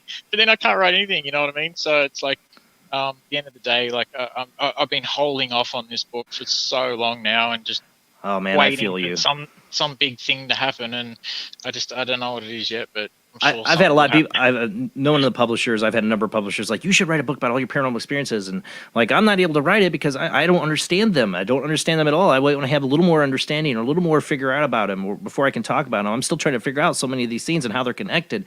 I'm just not ready. And they're like, oh, just write it down, write it out. And I have written some of it out, but it's hard because it's like you want to have some kind of conclusion or answer, and there's none. There's none. Absolutely. And that, like I said, I would trust myself if I had one, because I don't trust anybody else that does. Even like alien abductees that have these experience, or contactees. Like you said, how do you know the aliens are telling you any kind of truth? Why should we trust them? They've done nothing to earn it. You don't. I kind of find it funny too, where a lot of human beings will say the aliens come from the Pleiades, or they come from this star system, or that, and the aliens have told them themselves that they come from the Pleiades. But it's funny because if you come from the Pleiades is a human term for their solar system, or where they come from, right? It's not something that they would call themselves. Oh yeah, we're Pleiadians, because that's a human where'd that name come from? Humanity. Right. It's a human term, right? We made it up. We made the name up, everything. So it's like they're snitching our words and then using them against us, or making us want to believe them more by using our words. But in reality, if you look at the whole thing, like like, oh, we come from the Orion, or we come from here or there, and the aliens told me this. There's no reason why they would say that unless they're trying to trick you, because they wouldn't call their solar system or where they come from Orion. You know, they'd come from if a planet or whatever the case is, or we'd come from here in this place. You call it this, we call it this. So them using our terms for our words to explain to us to contact these, that, you know, where they come from, doesn't really make any sense whatsoever. So that's either a trickster thing on their part, or it's a trickster thing on our part, on the humanity's part, whereas they're not actually telling humanity this, but we're just making it up, adding stories on top of maybe an experience. A lot of people I found over the years anyway, a lot of people seem to see a UFO, and then all of a sudden they'll get some recognition, and then all of a sudden the following week it'll go from seeing a UFO to being abducted, to then being told all this stuff about humanity, to then the following week being, you know, told about future events, and their stories always just go through the roof. Like, you know, and I've seen it myself. It's like an attention thing or whatever. And a lot of these people get attention and they just want to keep coming, or whatever the case is. And what's sad about that is knowing people in this field that held onto their story and what happened to them for so many years of fear, out of ridicule. You know, and these people had real experiences, and this is how it gets just muddied, you know, by this. And I don't know, there's no solution to this, but it's a sad factor, because there are people really having these experiences, and it's muddied by so much BS.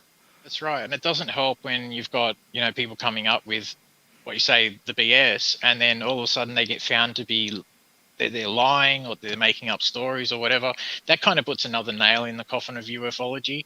When people hear these stories, oh, it's just another hoax, or it's just another this or that. It's just the same with UFO footage. When people fake or hoax UFO footage, and it's found out to be fake, you know, that just puts another. So one more nail quiver in the skeptics, you know. In their hood, I took on the Australian skeptics out here in Australia a number of years ago on a current affair program called Today Tonight on television, and it was just pathetic back then, the answers they had to my sightings and everything. And you know, they always use the same scrapbook or handbook, the skeptic's handbook, and come up with the same, you know, illogical conclusions and this and that. It was basically, they embarrassed themselves on national television. So I'm not afraid of skeptics or anything. I know all of the tricks they use, and you know, I've done the Toastmasters. I know how to debate them, and you know, public speaking and all that sort of stuff. So I like to have a little bit of fun with them as well. But there's a lot of skeptics in this field as well, who are in the field, call themselves UFO hunters or whatever the case is. I know. As though they hunt UFOs, and they see like a story like mine, whereas I don't go out and hunt UFOs. I've never done that. I've gone to areas where there's a high concentration of UFOs or whatever, or there's reports, or I've investigated other people's cases, but never myself have I, gone down that route. But all I know is that another thing I've never done too is make money off this phenomenon, off this field. I've had many opportunities to. I've turned it down every single time. You know, I've traveled all around Australia. I've traveled, 600 kilometers for $100 to do a talk. You know, and stuff like that. And you're out of pocket. People think that, that's another skeptic's handbook thing. Is you just want to make money. If you make money off this phenomenon, then you're in it for the money. Or even if you make $50, he's in it for the money or whatever. But they don't seem to realize that you're a lot of commitment. Out for petrol. Yeah, you're forking out for petrol. You're standing up on a stage talking for 4 hours to a whole bunch of people, and you're putting all the effort, the work in. You've done all the work already on your computer, editing the videos, putting them all together, and putting them in a compilation or whatever, and spend tens of dozens of hours putting this stuff together for $50 or $100, and people think that you're doing it for money, but I've turned down a lot. I can look behind you. History Channel and a few other things. And, Damien, I can look behind you and tell you are not making money because you're spending it all on that camera equipment behind you. That's a lot of equipment. That just shows how serious you are. I've got 62 cameras, so there's a few dotted around. So I had to, because when I started seeing them a decade ago, I literally knew nothing about photography, and so I really wanted to find out about it. So I started purchasing all different cameras of all different varieties, models, makes, megapixels, you name it, quality, and trying to learn so I could better myself when I photograph the sky, and so I know what I'm looking at, i.e. I'd photograph balloons on purpose. I'd do experiments where I'd put LED lights in balloons and set them off into the sky and Right. then film them, and trying to work out what looks like and how certain human things react, to wind and other things like that. Lanterns Insects, is a number one I get a lot. I'm like, yeah, lanterns, lanterns. Yeah. Yeah, like lanterns, other things like even lens flares that show up on people's Yeah. cameras. A lot of people think, oh, that's a UFO. No, it's not a UFO. So on the old website, I had a section called misidentifications, which was meant to show birds and planes off at a distance, planes reflecting sunlight, and lens flares, natural anomalies as well, like unusual cloud shapes and things like that, where from a distance people could think, oh wow, it looks like a UFO because it's a certain shape or whatever. And there's a lot of different things that can be misconstrued. Blimps, that's another one. Insects, blimps, even insects passing in front of the camera real close can appear like they're off in the distance, and a lot of people think, oh wow, because it wasn't on this shot, it was on the next shot, and then it wasn't on the next shot, so they think it's a UFO moving really quick through the shot. In reality, it's just an insect close to the camera, which is moving by super quick. So, it's a lot of, I've had to debunk a lot of my own footage over the years, like stuff that I didn't see with the naked eye, but I caught myself just randomly, and then, oh wow, it looks interesting. So to be better at what I do, I had to debunk my own footage and really invest in a lot of cameras and a lot of different models as well, a lot of different types of camera equipment as well. I'm talking about thermal, I'm talking about different infrared binoculars, I'm talking about full spectrum modified cameras, a whole bunch of other things like that. So I have a little bit of fun with them all, and I have like rigs where I have multiple different cameras set up alongside each other, filming the same object at the same time. So that's another thing for the skeptics. So if they say, oh, if you're filming something and you catch something with one camera, they could say, oh, it's a camera anomaly. But if you capture it with multiple cameras on different formats, then there's no way they can say it's a camera anomaly on one camera if multiple cameras are picking it up. So henceforth, that's why I've got the big rigs behind me and stuff like that. I can see. But yeah. So I have fun with it. It's like an Inspector Gadget kind of thing, putting them all together, and and like a Lego set from when you're a kid. That's probably the last remnant of being a kid in me. Is just this kind of stuff. But hey, why not? No, but it's a commitment. It shows you're committed to do it. I've also seen a lot. As we got more technology and stuff's gotten cheaper, people really getting into like high night vision equipment at night and getting some interesting footage with night vision, stuff that you wouldn't see with the naked eye. And have you done any experiments with that as well in the sky? Yeah, absolutely. For years, I used to study Luciano Baccone's work.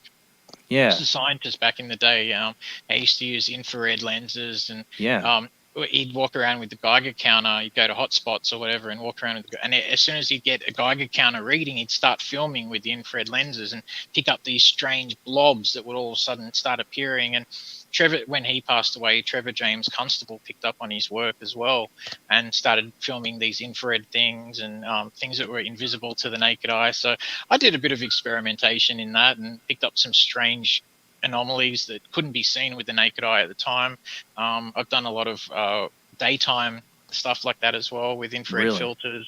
Like the old school Sony cameras, they've got the inbuilt infrared stuff like that. So you can put an R92 Kenko filter on it or whatever and turn it into a full proper infrared camera you can film in the day. And I've caught some weird things that you can't see with the naked eye, but then you see this ball of light cruising and changing direction through the camera, but not the naked eye and stuff like that. I've caught a few things like that, but not to the extent or the scope that Trevor Constable did with the Geiger counter readings and stuff like that.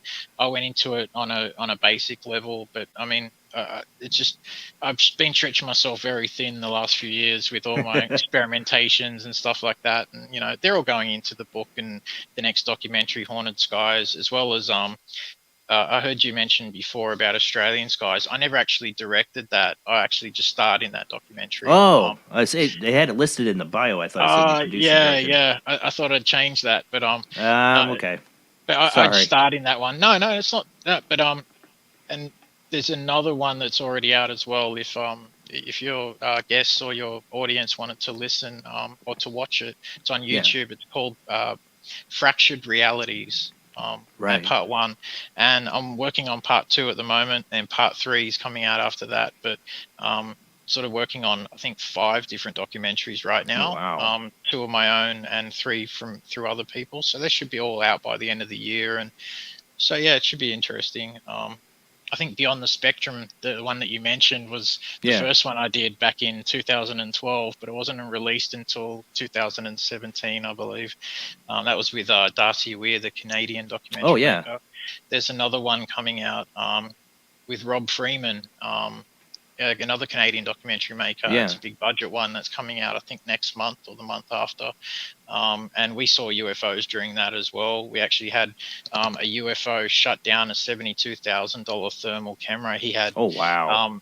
On a big rig of his own. And I'm looking through it for the first time I just done a 4-hour conference on UFOs at a big, paranormal conference up in the Gold Coast up here. And came outside, they interviewed me for the documentary. I looked through the thermal camera, and then sure enough on the other side is an old school flying saucer, except it had longer ends on it, perfectly rounded, perfectly flat bottom, but with a tiniest little dome peeking out the top. Not like the sports model? Yeah, something like that. And so we saw that, and it was just sitting there. And this is we were 7 stories up at the time, and this was at direct height with us. And this is at the Gold Coast, where it's one of the biggest tourist destinations here in Australia, where you've got people coming from everywhere to go and, it's like Las Vegas kind of thing, partying at the beach, and you've got gambling and all this sort of stuff. And it's pretty crazy. A lot of schoolies go up there and for school weekend and when they graduate from school and stuff like that. And this thing was as low as the buildings. You could actually see the buildings behind it, the high-rise buildings. And there was 15 people out on this balcony. We couldn't see this thing with the naked eye, but the thermal camera was giving off the heat source. And it went between, I handed the camera over to him, and he was already recording it because I told him to start recording. And you could see the red button flashing, and went between 2 buildings and went out to the ocean and disappeared. And we're like, wow, I've never seen one like that before in my life, like a full-on. What you'd call a flying saucer, right? But it was slightly different looking. It was very strange. But one of the funnier things that happened was they came to the hotel room about an hour later, and they all looked dejected and unhappy. I'm like, what's up? And they're like, you're not going to believe what's happened. I'm like, it didn't record. And they said, yeah, well, it did, but it didn't. So they've showed me on the computer, and sure enough, it recorded it, but it only recorded the audio, not the video part of the footage. So the video part of the footage is black with electrical interference going through it. With our voices coming over the top of it, speaking about what we're seeing at the time. They did not want to be seen. Yeah, it was crazy. And we have a few of them, few sightings over the years that are like that either your memory card messes up, batteries completely drain. And these are the close-up sightings. So whether it's something accidental they're doing as a part of what they're giving off, as a part of whatever is powering their craft, or whatever we want to call it, or whether it's something they're doing on purpose to stop us getting the best shots of them. Because I thought at the time this is going to be the best footage in history. Right. People are going to love this. This is incredible. I was really excited. That's so disheartening. We got to go to commercial break. Yeah, we're running late. We got to go to our commercial break. When we come back, I want to start going through some of the photos that you sent me and some I got off your Facebook, and we got some videos. I'd like to, I'll let you try to pick what you want to show tonight. But I'd like some people to see what you got, because I think it's some amazing footage and photos you got here, and I'd love to get some of the stories behind them and get into there's the stories of the burnt arm. I want to hear what caused that, because those are some gruesome photos that should be in there too. So we're going to get all that. Hang on to your seats, guys. We got a lot we're going to go over tonight. This show goes by so quick, and I know it is tonight, because this is truly honored to have you on the show tonight, Damien, because we've been talking about UFOs, of course, the disclosure movement and everything going on, but you're one of the first guests I've had on. I had so much, in my opinion, of evidence. And I love that. I love just getting to go over it. So thank you so much. All right, guys, we'll be right back with a short commercial break. And we will open up the phone lines. Just if you call in, just wait till I call on you, because we might be talking. Just hang in there. We will get you your calls when we come back from this short commercial break.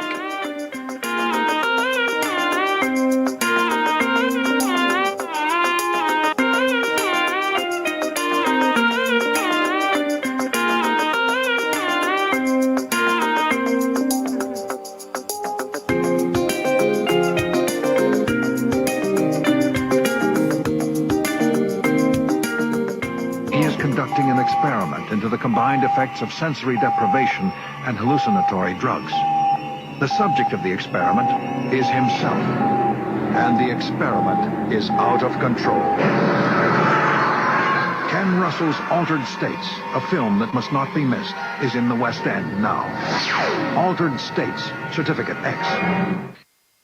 Do you wish for more paranormal and spiritual content? The Paranormal Chronicles magazine is a free digital magazine crammed with the very best in paranormal and spiritual articles and features. No sign-up, no subscription, just free reading and knowledge for you. Read today at www.paranormalchronicles.com/magazine.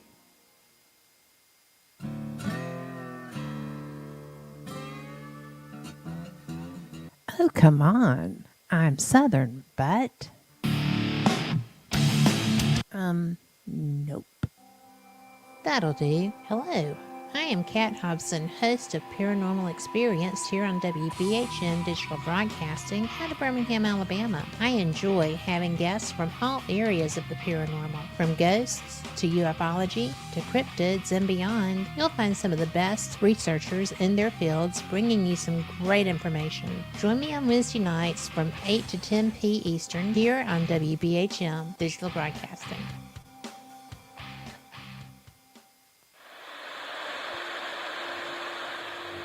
Join us every Wednesday night at midnight Eastern Standard Time for Weird Wednesday, the live stream, with your hosts Jamie, the Living Dead Girl, and Rob, the Phantom, where we'll talk about all things paranormal, including zodiac, astrology, tarot card and oracle card readings, live ghost boxing and spirit communication, where we'll do Voices from Beyond, the Cold Case Files. So we hope you join us live on Facebook and YouTube every Wednesday night at midnight Eastern Standard Time. We hope to see you there. Bye-bye.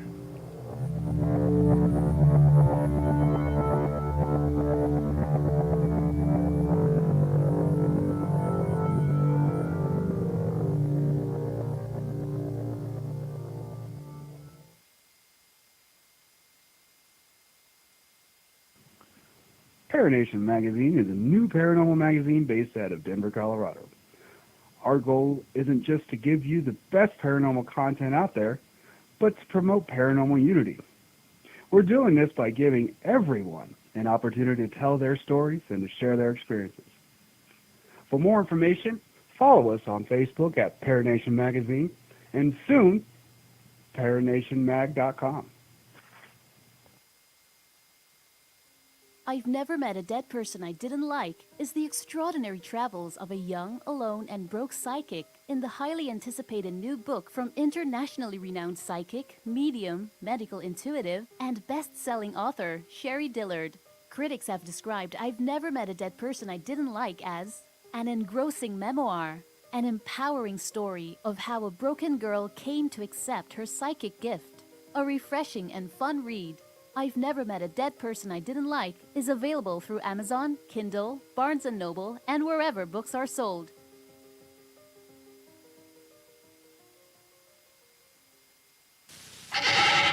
Edgar Allan Poe wrote Spirits of the Dead with a pen dipped in warm blood. You will see the ultimate in terror with this important all-star cast. Brigitte Bardot, Alain Delon, Jane Fonda, Terence Stamp, and Peter Fonda in Edgar Allan Poe's Spirits of the Dead.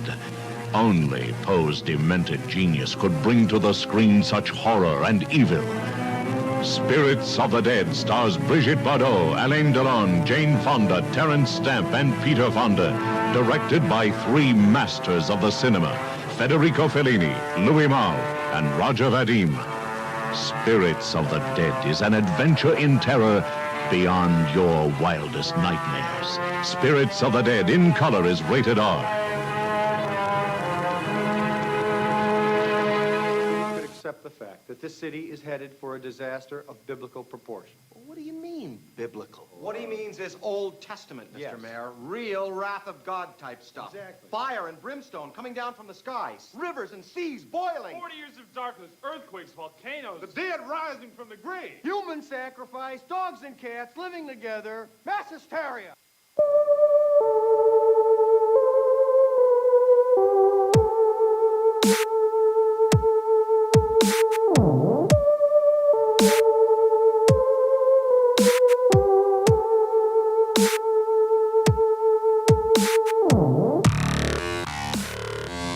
You're listening to Paranormal Soup, bringing you the weird every Sunday night. Call into the show and join the discussion. The call-in lines are 219-230-4444 or 260-225-9419 or by Skype caller ID OOJBland00 or JBland Paranormal Soup.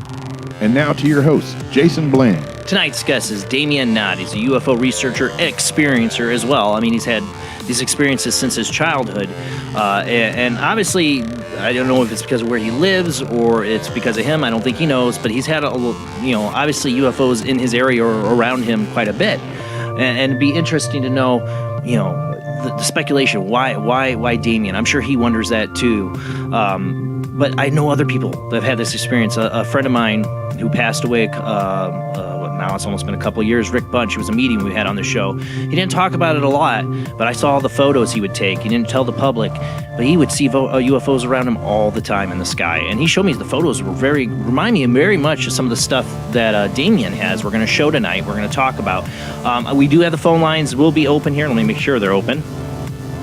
You can call in. I'd love to hear about your experience, or you want to, especially if you see something tonight we're showing from Damien's that you've seen. I'd love to hear about it. But the phone lines are open. Just wait till I call on you before we take your call, because we got a lot of conversation to get to. So let's go ahead and get back to our guest.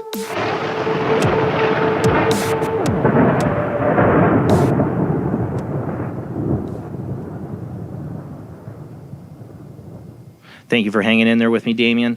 I don't know if you want to get into any of the photos or videos yet, or I'm really interested to hear about where these burn marks came from. I remember when I got the first guest request for you. I saw these pictures of you have like burns on your arms. I don't know what you want to get into first. We could touch on the videos if you like. Okay, let me pull up the share screen here. Yeah. I'm going to pull that up. We got a whole Dropbox full of stuff here. Anything, I pulled some stuff off the Facebook. You had a lot of pictures. You sent me some stuff as well. Anything in particular you want to call out or for us to show first? You could show the compilation video that I sent. That's pretty straightforward. The one with the bus up there, or the boy seeing the glowing red orb in the sky? Well, there's a red one, and then there's another one I sent you, and it was a mix of a compilation of my best photographs. I think it was like a part one. I sent that to you last night. Okay. That'll give people a... Oh, wow, you got a lot there. Yeah, I got a lot. Why don't you go up, Rob? Go up. How about this one with the little boy seeing the red orb, that video there? Yeah, that's some of the red balls of light that I was seeing, yeah. Let's start with that, because I'm interested in the balls of light. That's such an interesting phenomenon. Go ahead and click on that. I'll try to make it bigger here for people here in a second. There we go. All right, go ahead. Oh, this was a UFO I saw. I had an artist draw it up for Fractured Realities Part 1. That was my first sighting. That's my second sighting when I was 12. I'm chasing them. Yeah. And that was also done by another artist for the Fractured Realities Part 1. This was a red ball that we caught on film and photograph hanging over. Yeah. Like I said, I even had it was just weird that I had a coworker I brought this up to, and her grandfather had this experience with a red ball in the sky falling on him. Hills, actually. We had a...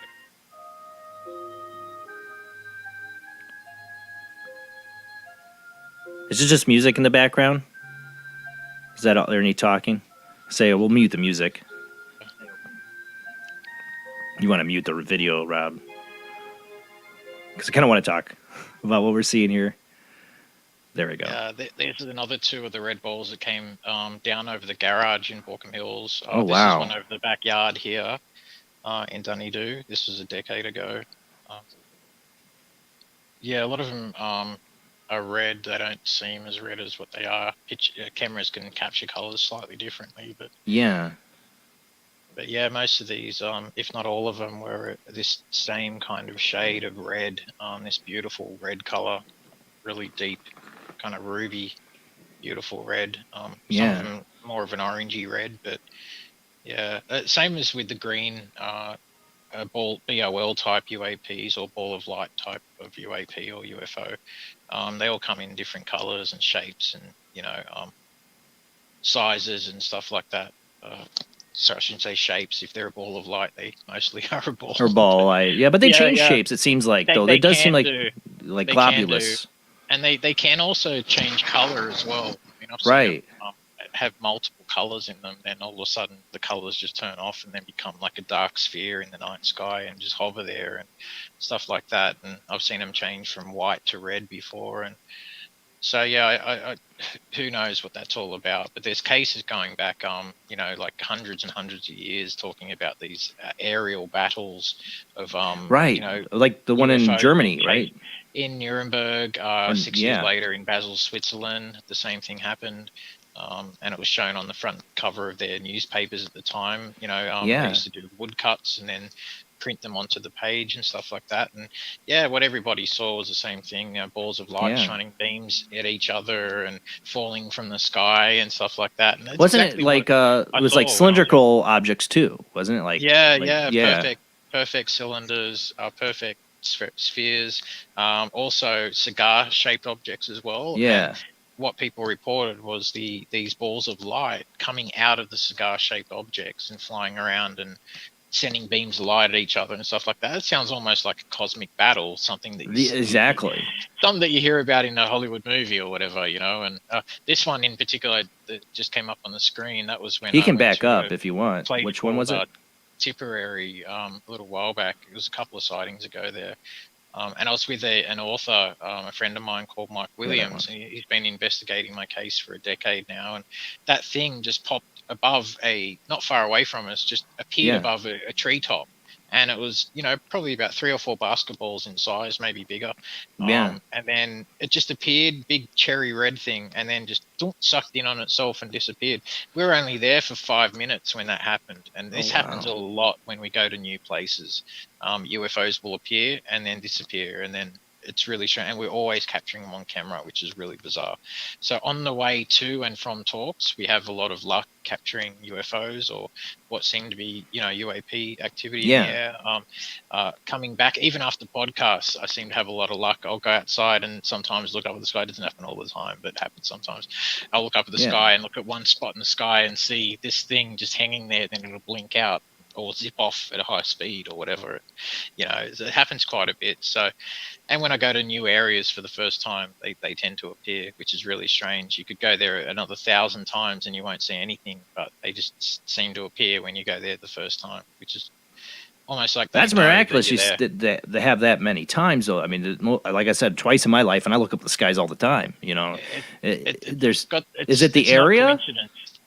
No, well, see, there's the weird thing is, I don't know. I don't want to think it's me. Like everyone says, it's you or whatever. But I want to think that it's outside of me. I want to make it about the phenomenon. I understand.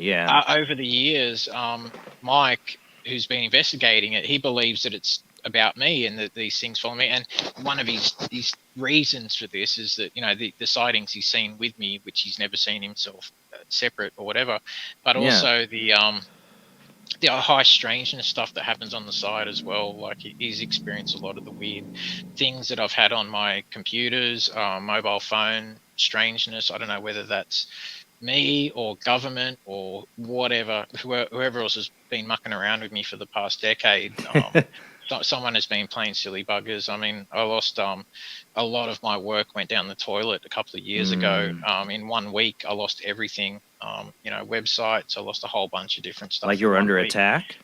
Oh, big time. Yeah, we even got the things on our phone saying that your such and such has been hacked, and it happens every now and then. God. And so we had to change everything, and website went down. And that was like 6 years of work just down the toilet. But I've still got all the stuff backed up, so we're working on a new website now. But Yeah, it's just a lot of weird stuff like that. Like Mike's seen a light, a column of light. The best way I can describe it, maybe about 7-8 feet long, maybe about maybe 1.5 meters in diameter thereabouts. Yeah. Melt into the ground, fly over my shoulder at this hotspot area called Tipperary. It's like a valley, very small valley. And Yeah. a lot of farmers have been seeing stuff there going back years and years now. In this one little area, it's like probably about 0.5 kilometer in diameter. So it's very tiny and all trees and everything. He witnessed and all the while the EMF trifield meter was going absolutely insane, right? And I'm Right. filming the valley behind us while we've got our backs turned to the valley, and this light has gone down over my shoulder and melted into the ground. Literally, I could have stuck my pinky out and nearly touched this thing. That's how close wow. it came to my arm and shoulder. Melted into the ground, no noise, no sound, no disturbance whatsoever, anything at all like that. Just melted into the ground, gone. And I jumped about probably 15 feet into the air, a bit of an exaggeration, but Mike jumped backwards as well. And he's like, what the, I won't swear, but what the hell was that? Right. And yeah, and we were both just, whoa, that was really insane. That was the closest I've had one of these things come to me.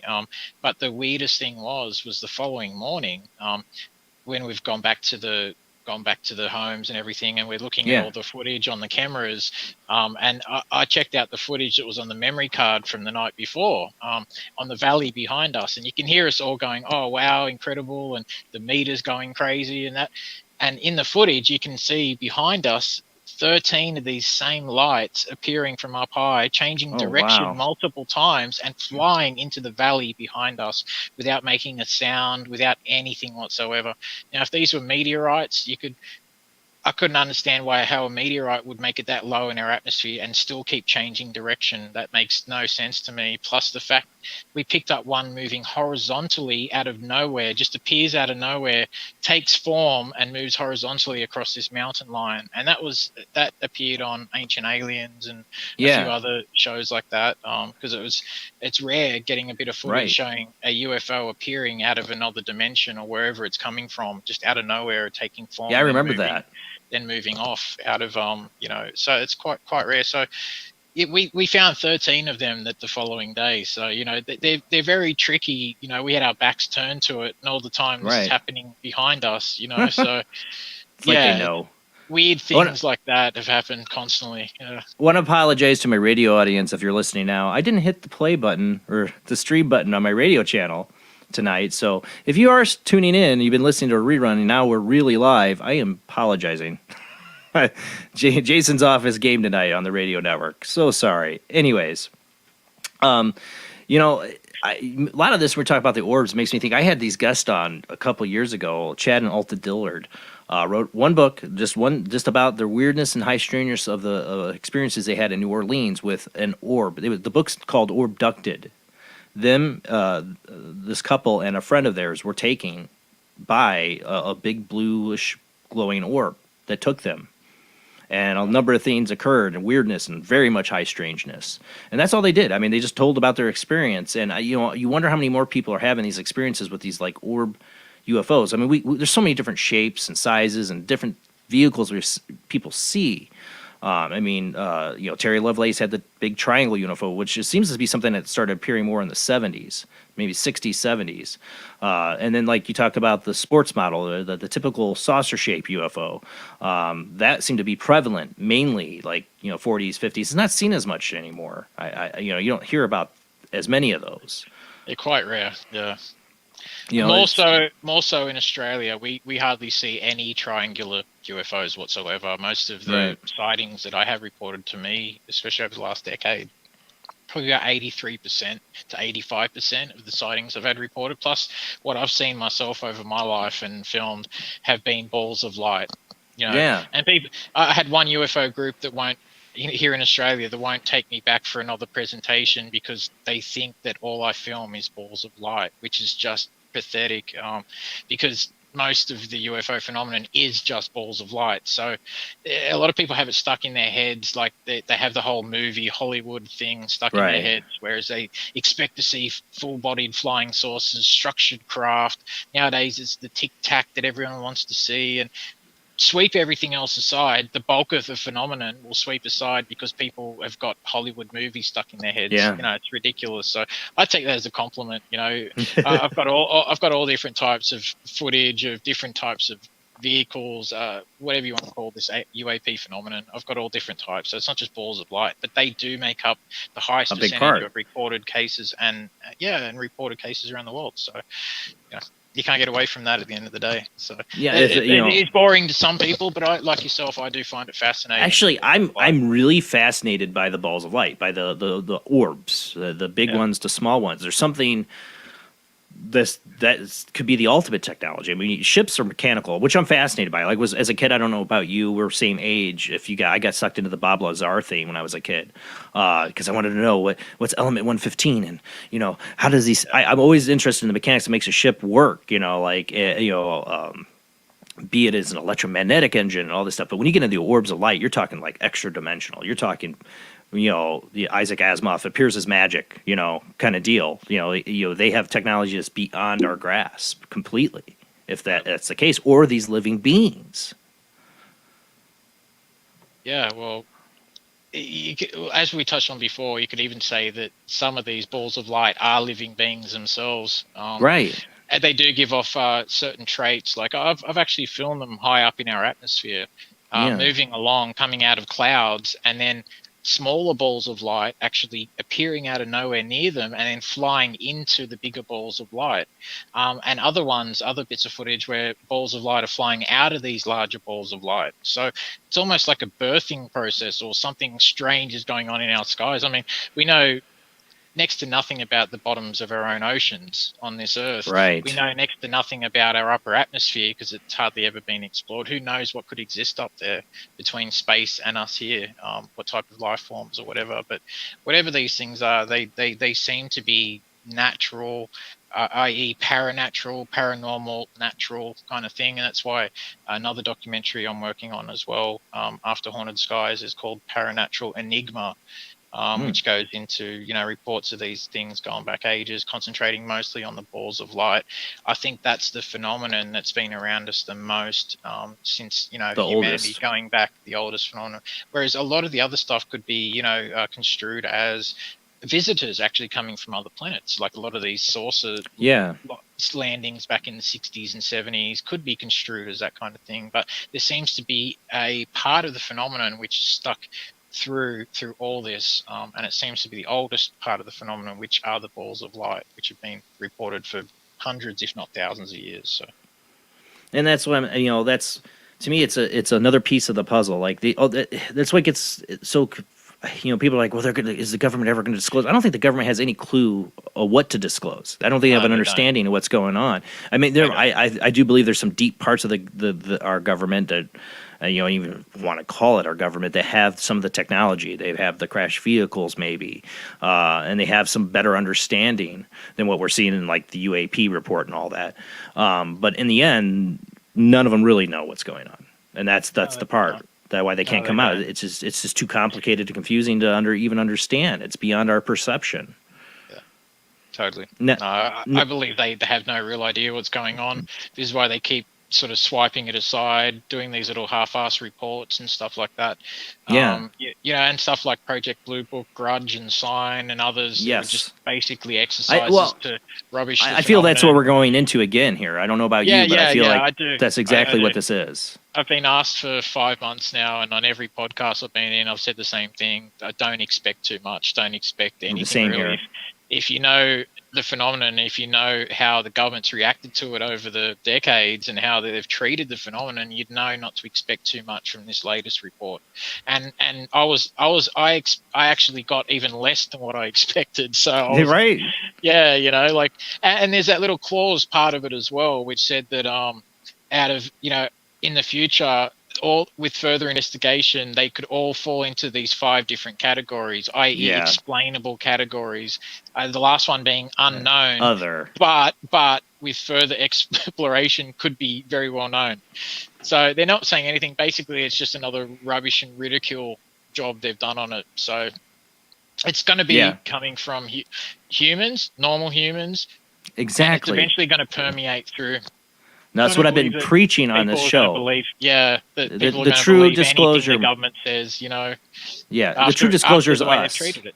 Yeah, it's going to come by the people for the people. And this is Exactly. why I'm sticking my neck out as far as I can and Exactly. cut off every day, because I realize that no one's going to believe the government, even if they do come out and say Right. blah blah blah blah blah.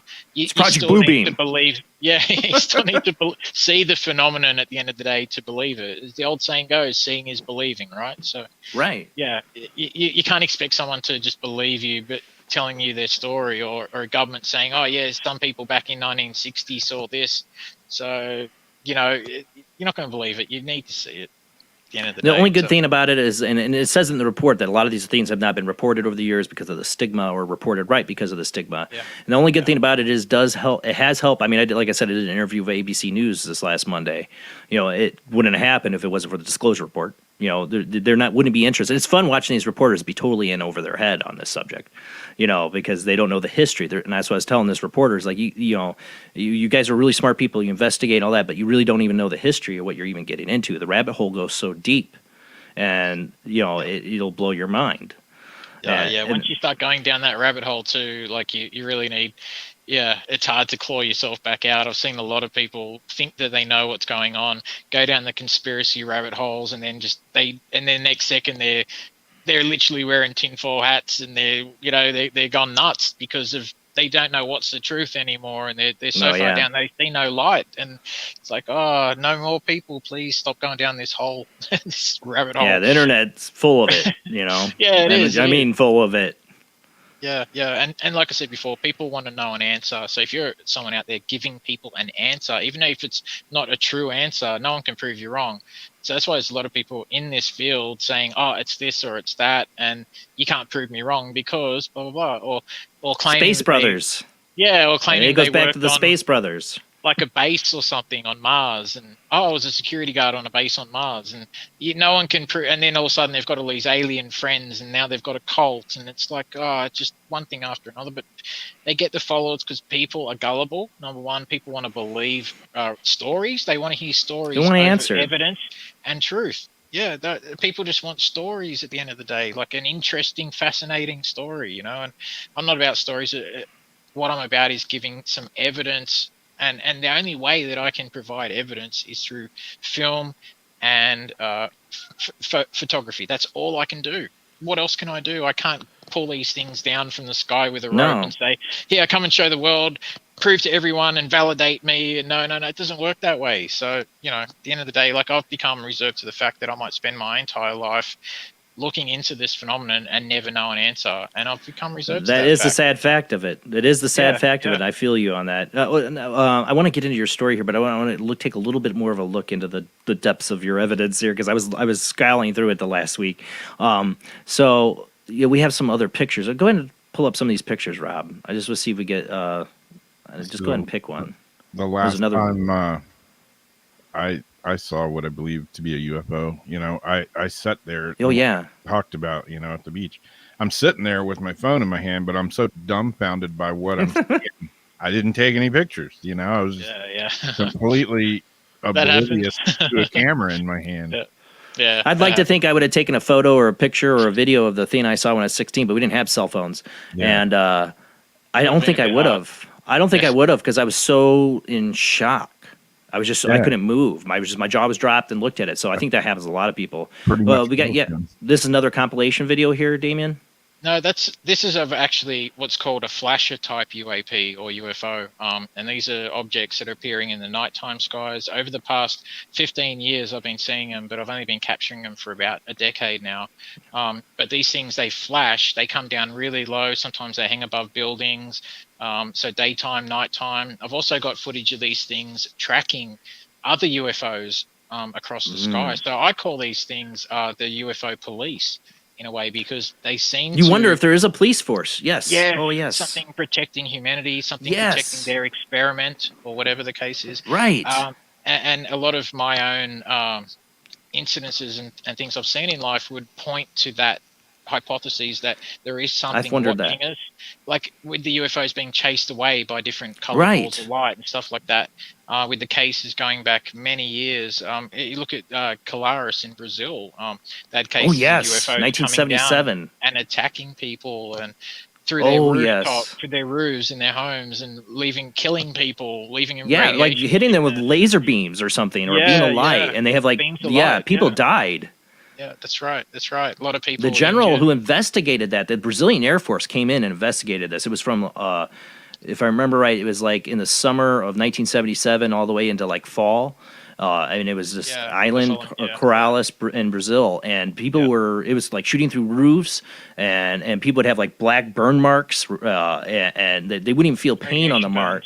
Yeah, radiation burns. There were fishermen that were attacked, and supposedly like a fisherman was killed.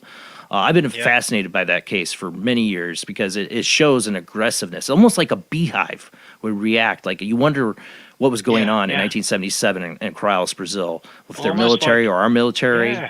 You know, like what swarmed them. Like us children would stamp on an ant's nest when we were a kid, you know. That's like what they were doing to these humans in this area. And it's a lot of the cases where this kind of stuff has happened around the world, a lot of it's like you don't hear about it because everyone wants to know about aliens are good, aliens are this, aliens are that. But there seems to be some sort of indifference between them and us. Like some of them seem to care, I can use that word very loosely. But a lot of them just seem to be indifferent to us whatsoever, like we are bugs or like we are ants in an ant's nest or something, and that's kind of a bit scary when you think of it. But a lot of people sweep these cases. Well, that got swept under the rug, and the general who was in charge of investigating it in Brazil for the military committed suicide. So Captain this case, Yolanda. Yeah. Captain Yolanda, he in a very strange way, and almost like a Jeffrey Epstein kind of way. Yes. He was Epstein before there was an Epstein. He was the original, minus the island and the kiddies. Yeah. And stuff. Oh God, that's a whole other rabbit hole. Go down that road. It's different podcast. Well, let's go ahead and play this. We got to get to the burn marks because we got to get to that. So, and the phone lines are open, people. They should be open. I hope we're not having any problems. Try calling in if you want to get. I know this conversation is too interesting to even call in, probably because you're just so fascinated. But if you want to call in, please do. We will take your calls. All right. So where is this at? This is a place called Top Ryde in New South Wales, Australia. Here, and this was this light. You can't actually see it for the first 30 seconds a minute or so. It's a little bit hard, but it's just to the right of the crane and to the right of that cloud. And you see a bright flash appearing, then disappearing and reappearing. The flashes, we get them a lot here in town here. And we've seen them come down over the telegraph poles that low. We've had jets come into town just after and while the flashes have been in the air. We've had two jets come in, and then multiple flashes have appeared in the sky all around them, and then the jets would do turns and do big 360 turns over the town here, and really strange stuff, and we're capturing these flashes appearing behind the jets and following the jets, and it's really, really strange stuff. So I saw something during lockdown, basically we were out doing put our pool up because what else we're gonna do? Couldn't go anywhere. And I looked up in the sky and I saw this like white. I'm like, that can't be a plane. It's so far up there, like moves so fast in between the clouds. It was like flashing a little bit, and then it was just like solid white, and it just went into the clouds. And I'm like, I don't know if I saw a UFO. I don't know what that was, but it made me think of this. Yeah. Well, this one here, you probably won't be able to see too well. Yeah. Because of the size of it. But if you could find the other compilation, the one I sent you another last video. night. Yeah, that's a more sort of in-depth compilation showing the one I showed you before was just a. I don't know if I got that one in here. I got another one that Michelle had linked, and I got it in here. So. There it is, there in the middle of the that screen. One? Yeah, that one. Okay, go ahead. Click on that. You may have to mute that as well. Yeah. But this goes into a little bit more detail. Some of the photographs, there's 42 different sightings here in part one. Wow. I'm working on Except my two sightings. Part of me wants to be so jealous of you. I'm serious because I look up at the skies all the time. I know you get lots of flack. Man, it's not a jealousy thing to me. It's like a curse. I wonder. my whole life I would rather be like everyone else, you know. And How's your dating life? How's your dating life? You know, like say, dating? hey Oh, guy. God. Yeah, I well, filmed the UFOs. UFO field attracts fringe science, attracts fringe people. That's all I'll say. And I have a lot of fringe women attracted to me. So I wondered. Yeah. So I'm lucky to be married for 17 years to somebody who was into this. Yeah. Oh, that's handy, man. That's handy. I've always been looking for someone who's into it as well. But I met her on the first date. We were talking about the high strangeness stuff, you know, anything paranormal. I'm like, I'm going to marry you. Oh, wow. That Yeah, is pretty much. That is just awesome. That is pretty cool. Now I'm jealous of you, man. So. See, there's a cigar-shaped one right there, isn't it? I mean, go back. I'm interested in, the reason I get interested in the cigar-shaped ones is the biblical part, the ancient alien part, because, I mean, you talk about the pillar in the sky with the Hebrews, you know, and stuff like that. So I've always been, and then, like, you know, 500 years ago or whatever in, you know, Germany, the pictures of the cylindrical shapes and the orbs in the sky fighting each other. Yeah. Yeah, it's pretty fascinating. When you go through the history of it, there's a really good book out, Jacques Vallée and Chris Orbeck brought out a couple of years ago now called Wonders in the Sky. And it's basically a whole compilation of sightings that Jacques Vallée went through with Chris Orbeck, and they threw out all the ones that could be misconstrued as benign earthly things, and then kept the ones that are more interesting. And I mean, this book from start to end is a page turner. You can really, they used to use words back in the day. Ooh, there's a green one. To describe. Oh yeah, there's a green one that appeared during the making. Go back to that documentary. one. Go back to that. Yeah. I'm sorry. That color Sorry, that green. appeared during the making of a documentary. That green is the green that's seen in all green UFOs. That's the green of the head I saw, though. Yeah. Same with the ghost stuff as well. So I mean, that's why I'm making Haunted Skies, because there's so many these little strange connections that you just got to go, okay, well, if there was one or two, you'd be like, oh yeah, coincidence. But you know, 28 that we've come up with so far was pretty strange connections. So yeah, it's got to make you wonder, you know, and ask questions. Some of these, like this one here, was a metallic ball. This is the first time at a lookout that I went to with a friend. Yeah. And this thing was just hanging there, metallic ball reflecting the sun. Then all of a sudden it starts spinning around and opens up, revealing an orange ball inside of it, like an orange spherical light inside of it. So it's got to make you wonder, are they coming down in the metallic spheres and opening up, releasing them? Or I think there's a whole bunch of things happening here that we're too immature as a race to really understand yet or really comprehend what's going on. Look, some of these look like they're like morphine or at times too. I mean, well, that one we just showed, I was on the way to a presentation up in the Blue Mountains, and this thing just appeared out of the sky, a circle, big golden circle. Then out of it flew this ball. The circle closed up, then the ball just dissipated in the sky, and that's where I got those 3 photos. And a lot of these are also from video as well. So a lot of them, I have video as well as photographs of these captures. So it's multi-format captures, which is handy. You know, it's better than just having a photo and nothing else to back it up. You know? Wow. Yeah. These are amazing though. Like, oh, this one almost looks like it could be like it's glowing. Go back. This one right here. Oh, nope, that one. I know it's hard for you, Rob, to pause it. Almost that looks one like a dome on top. Yeah, well, it almost looks like it could be the saucer sports model shape, but it's glowing, which is an effect of its engines, I believe. Yeah. Well, there's that theory that they ionize the oxygen around them, causing the glow around the so the electromagnetic field they give off, or the radiation, is actually causing the glow from the oxygen sticking to them and ionizing the air around the actual craft itself. It's a theory, you know, it's an interesting theory that who knows what's under these lights. You know, there may be like saucer craft, or there may be some of this sort of stuff, but most of the ones that, you know, we're seeing, they do break apart, they join back together again, they seem alive, which is really strange. Exactly. You couldn't imagine like a little green man sitting in all these little balls that are breaking off and then joining back together into one big green man or something like that. You know? Right. It's really bizarre. And so, yeah, most of these I've got also on video as well as photos. So, well, like the guests I had on Orbducted, I mean, they were taken by an orb, and it was a bluish, kind of like a gray alien, but it was blue. And I really believe these guys' story. I mean, they were really honest, and they didn't really try to make a buck off their experience. This is something that happened many years ago, and they finally felt comfortable to come out and talk about it. And they're not on UFO circuits or anything. They're just a normal couple, normal people.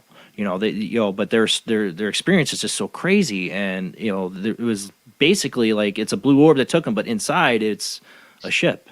It's bigger on the inside, like a TARDIS, like Doctor Who or something. It makes you wonder. Yeah.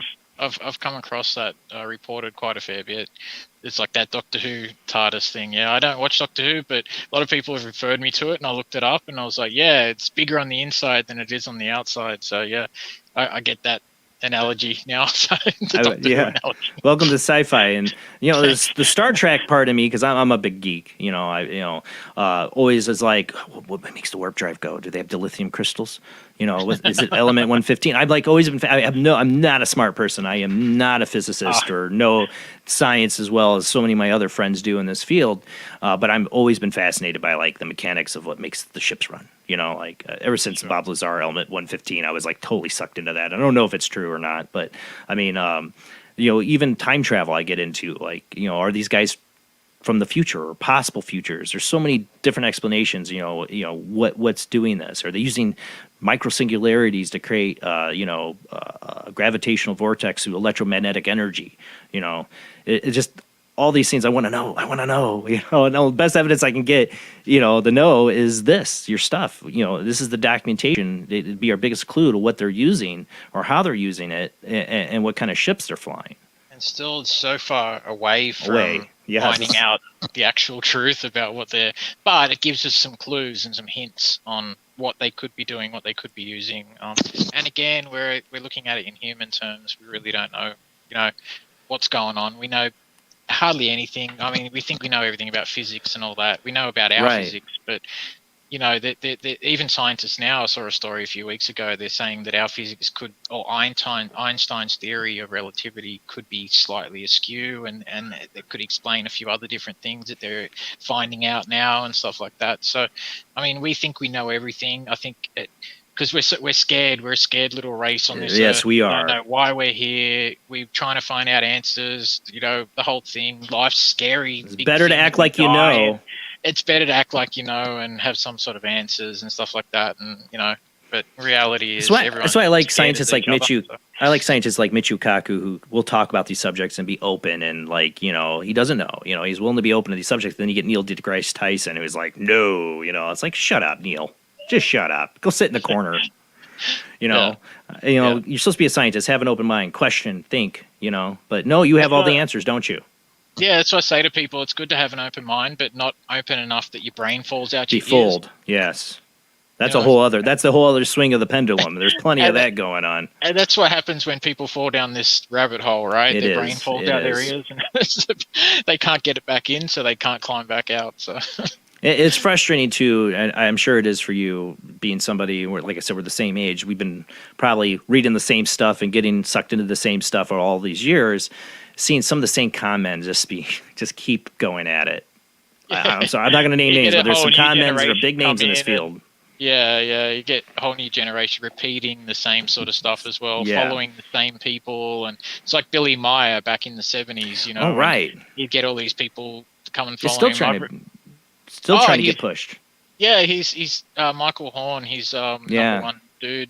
They're still trying to get his name out there. I don't know why, but it's kind of. I almost had Michael Horn on the show. He was going to come on the show, and I'm willing to talk about Billy Meyer because I've studied the Billy Meyer case, and not an expert. No, was fascinated by it, if it's a hoax or not, and I think there's a lot of proof, a lot of evidence. I mean, that it's a hoax.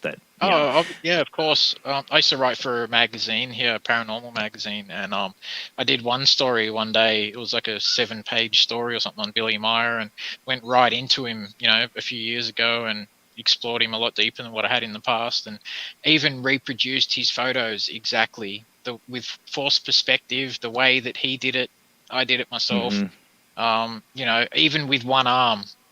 I tried doing it with one arm. The drummer from Def Leppard only had one arm. Exactly. And look what he could do, right? He could rip it. So, but, he literally has like a cult of followers around him. I don't know Billy Meyer. I don't know his intentions or why it's been this way. What got him into this all these years, But there's so much fakery in that. Yeah, I mean, he'd film the television, and he'd film like there was an old 70s or 60s group. Yeah, and look he'd at film pictures these of Mars and the blonde-haired- aliens. blonde-haired women and stuff. And Yeah. he'd take pictures like with Vaseline on the front of the lens Yes. of like of books from a museum or something showing dinosaurs Yes. drawn by an artist, right? And he'd take a Yes. photo and claim they're real dinosaurs. Put some and the Vaseline on alien- it. And the aliens took him back into the prehistoric times and just showed him Sometimes around. I wonder. I have one wonder to the Billy Myers case is that you're somebody who has a miraculous experience. One, something that blows your mind. Nobody believes you, and you keep talking about, and then you start making up stuff. You know what I'm saying? Like it's maybe That's something psychological. Maybe he did what I have was something speaking happen. about earlier. He did have some stuff at the start, and a lot of people. That's what I in this wonder. field, there's some names I can mention, but I don't want to. At the Right. moment. But there's some people in this field. It's kinda same thing. sad. They'll have a sighting, they'll see something, and then they'll take it 10 steps further. Within That's a what I week. wonder in Billy It's Meyer. like they get attention. As soon as the attention dies off, they need the attention again. Something So else. It's like everyone, look at me. I've been abducted now. So by the way, or whatever, they'll come up with some extraordinary story. It's They like, got a "Oh, high great, from here the we go." original experience. They got like a mental high from the experience, and it never happens again. So then their brain goes into a delusion of making it up. I don't know. I don't know Billy Meyer. I don't know his experiences, but there's a lot of evidence to show that what he's documented over all these years is a bunch of crap. Yeah, like he may have had a couple of initial sightings in the beginning, which a lot of them do, and then all of a sudden they go absolutely, their brains explode, and they've had lifetime contact. And I've seen them all here in Australia and around the world change their stories constantly. And when you're a police officer and someone's sitting in front of you and they're changing their story, you're trained to like look into changes of story. So why they ask you the same question more than trick once questions in different or whatever ways? the case is. That's right. And if you've got multiple different answers, or if you're changing your story from week to week, you're not going to be looked at in a favorable way by any police officer or anybody with some intelligence. If you keep changing your story, and this Or is handing me a 1950s movie picture then saying that's aliens took you to this planet and showed you these dinosaurs. or Oh something. yeah, You know, exactly. Yeah, you know, Dinosaurs yes, this from is- Mars or something. yeah, Yeah. It's sad. It's sad because there's all. See, I think there's people posting videos all the time, like on YouTube and stuff. I was talking to this with Nick Redfern that one night that they're posting videos. People are getting evidence. Like there'll be a mass sighting, a bunch of people video the same UFO, and it's real thing. It's real footage. But then somebody, maybe the government or some government agency, puts out like a fake video that's totally disproven and says it's from that area just to over the algorithm to hide the real evidence. You know, I think that kind of trickery is going on. To just so There's something definitely going on. There's some group involved in this. I mean, over the past decade since going public myself, I'll tell you one thing just quickly that happened. Yeah. The morning we had two reporters here from one of Australia's best-known newspapers, the Sun Herald, and they witnessed two UFOs in the backyard with me here within 5 minutes of coming onto the property. And they wanted me to do a story with them, and I said, look, I'll only do the story if you admit that you saw the UFOs. So they Good did, for you. sure enough. And they did, sure enough. But then the skeptics said, oh, it was probably just satellites. And so, I mean, satellites don't chase each other through the sky, change speed, size, No, direction. there's all one that kind of stuff. trajectory. Yeah, that's right. And they don't chase each other either, playing a game of tag. It's pretty bizarre. But, I mean, you can get as much evidence as you can. You can have, like, now there's, I think, 207 people have seen UFOs in the past decade with me. Wow. And so I'd try and get... We need to hang out. I do talks for UFO groups or whatever, and then do down the track. You're welcome to come to Dunedoo if you're ever down in Australia. One day, man. I So, hope. Yeah, no doubt. We'll have a good couple of skywatchers here, but it's pretty crazy. Sometimes it's going off here, and other times it's just quiet as, and same as everywhere in the world with UFOs. Yeah, it's But, got to be there like seems to ghost hunting. It'll happen when it happens. You can't control it. You can't expect it to happen, at the end of the day. And people who come along to skywatchers and stuff like that, a lot of them expect to see something because they're hanging around Damien or they're whatever, or therefore they have to see something. And I tell everybody, it doesn't work that way. Just I can't, like I said before, I can't pull them down from the sky and say, guys, come Right. here and show all these people yourselves for me. Now it doesn't work that way. Like, how much of an egomaniac would you have to be to think that way? You know, that Stephen it Greer. works that way? Sorry. Don't want to touch on that, but yeah. Enough said. Let's move along. But yeah, no, yeah, a lot of people, yeah, they want to make it into a cult and other things like that, and want all these followers to follow them, not ask questions. But I found, because I've had a lot of these people come to Australia and stay with me when I live down in Sydney or wherever, big names from around the world. Yeah. And they'd stay, and we'd take them to do talks or whatever the case is, you know, and then, but they're not the same people behind the scenes that what you see on TV, which is it's really turned me off the whole. This is why I'm a bit of a lone wolf in this UFO thing. I don't blame you. As much as I can be, because I don't want anyone leeching off my work, and I don't want to leech off anyone else's work, you know what I mean? Or ride someone else's back, or I don't want people, and that's what's been happening for the past, you know, decade. And then, so I've just said, no, yeah, I'm doing this myself. Even You want started truth. up AAPI. Yeah, You want exactly. truth.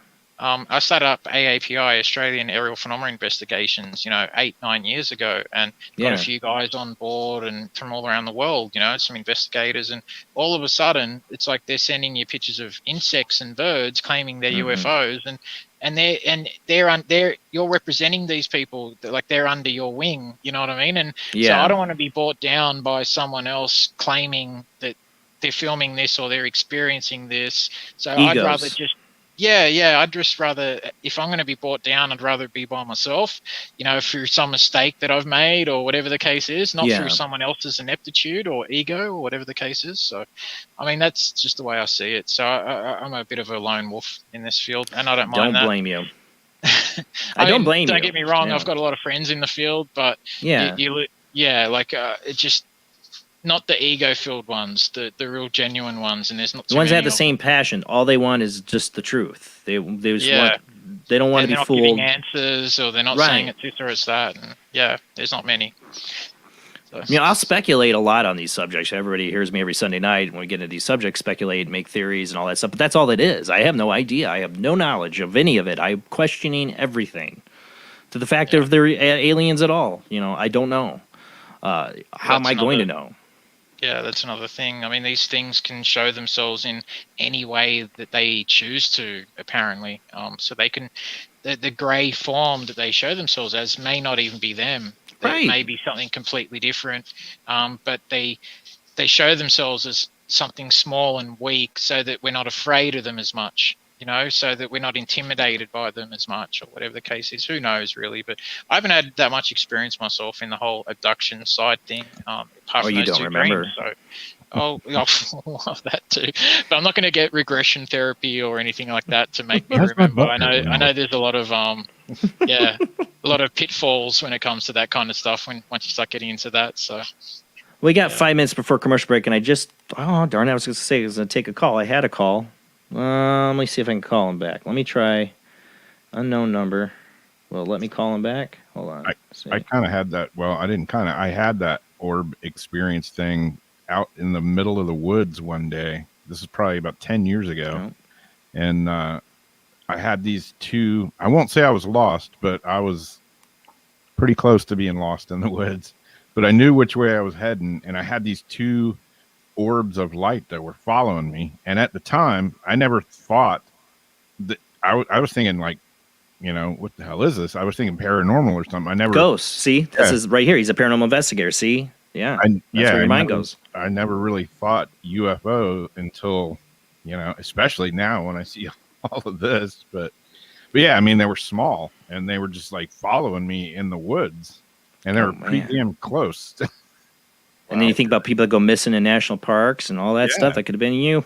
Yeah. We got somebody on the phone line. I want to get this call before we get commercial break. It says unknown numbers. So, who do we got? I got abducted by a nigger. A nigger. Okay. Goodbye. I should have known. Unknown number. Stupid idiots. Does that happen all the time over there? No. That's actually the first prank phone call I've had in years. That's like the first one for as long as I can remember. No way. Wow. I'm glad to be part of that with you guys. Yeah. Sorry, Damien. I was like wondering, my phone lines have been quiet tonight. Like, I think people are really actually sucked into the conversation. So when I get a call, of course, it has to be some jerk. So yeah, no more. I won't answer any unknown numbers anymore. Yeah, I should have known. I never ever get the unknown number. Should have known better. When we're going to be coming up a commercial break. When we come back, we've got to get into this experience you had with the burn marks. Those photos should be in there, Rob. There's, I think, 2. These are pretty nasty. And we were talking about Corrales, Brazil. You know, there's other mutilation cases, and you know, these things can be negative. You probably going to have bad time actually if you get too close to a UFO. You know, Travis Walton, for example, or other people have tempted to get too close. What happened to you that something burned you? Is what we're going to get. I want to get to. I don't know if you want to lead into that before we go to commercial break at all. Yeah, no, we'll keep your audience in suspense. I guess. Keep them in suspense. Yeah, build up suspense. But you know, that's the thing. Who we had on a guest? John Russell, I think it was. Who was a medium, was talking about the alien thing. He's like, how many of these cases do you hear where these things like help somebody, help them when they're lost, or you know, they got a flat tire, these aliens help them out, or you know, not many stories about aliens helping people usually. You know, usually there's stories that are, you know, if somebody gets too close, they're pretty negative. Yeah, exactly. That whole thing with me, with the thing in the woods, though, after I thought about it, I thought, at the time, I'm thinking, these things they're chasing me. Well, they weren't chasing. I mean, if they wanted to catch me, they could have. But I think after I thought about it, I think they were pushing me in the right direction to get. See, were they helping you, like John Russell was saying? Yeah. Or were they trying to lead you into their trap? Maybe. You know, I don't know. It's a serious question. I mean, people go missing. Yeah. And you know, I was a good probably mile and a half deep in the woods, just, you know, and the sun's starting to go down, and I had a little bit of a freak out going on. I would if I was alone in the woods at night and I saw a glowing light follow me, I would be very nervous about it. Yeah. Just because I know a lot of the history. I mean, there's cases where these glowing red orbs have come down, and like I'm trying to think one where it came down and like guy saw it and it like attacked him, like it came at him, you know, like, and it dispersed into like a red haze. You know, there's stories of these things get really negative for people, and countless. I mean, even biblical. You can go back and think about some of the biblical stories. If there were UFOs, you know, these were some very traumatic experiences for primitive man. But you know, I think people have been having these experiences from the beginning of time. And we're going to get into your experience. We're going to just go to commercial break now because I really want to get time to get into your experience with this, the burns on the arm, and obviously a negative experience. I don't think that would be positive. It wasn't the most positive thing, though. Yeah, well, we'll get into that when we come back. We're going to go commercial break here. Hopefully no more. If phone lines will be open, I'm going to close them down for the moment while we go to commercial break. But when we come back, they will be back open. If you have unknown number, I will not answer after that last call. But we will be back with our guest, Damien Nott, UFO researcher, experiencer. We'll talk about his negative experience here. And wait till you see these photos. Just to warn you, a little bit gruesome.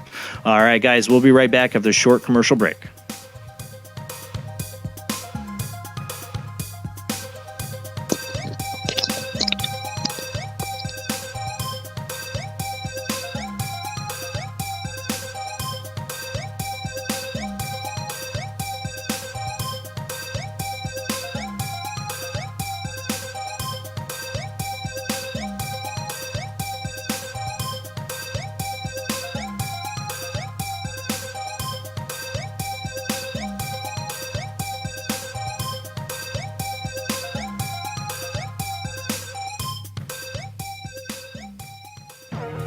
Intercepted the transmission of unknown origin. Transmission? Out here? SOS. Human. Unknown. Alien. Certificate X. Exclusive engagement at the Odeon Leicester Square. Now. Any systematized transmission indicating a possible intelligent origin must be investigated. I will hear it. In space, no one can hear you scream.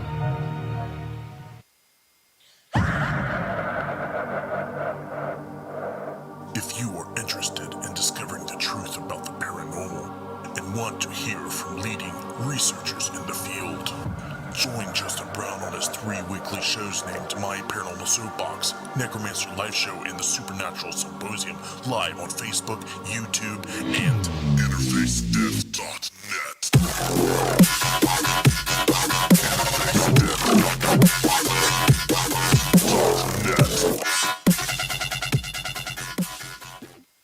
This is an APAC studio presentation.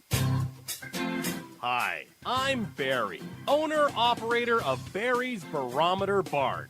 Lately, I bet you've been lying awake at night asking yourself, how many barometers do I really need? Well, at Barry's Barometer Barn, we think you need more than one. Otherwise, we're gonna go out of business. Remember, at Barry's Barometer Barn, we don't know the meaning of high-pressure sales. Come on, folks, buy another barometer. I'm trying to put my kids through college, I've got a family to support, and a secret mistress who isn't cheap. Visit Barry's Barometer Barn, 000 Storm Drive. Come on, folks, buy a barometer. I'm Barry's older brother, Larry, and every time one of you people walk past the store without coming in, Barry beats me.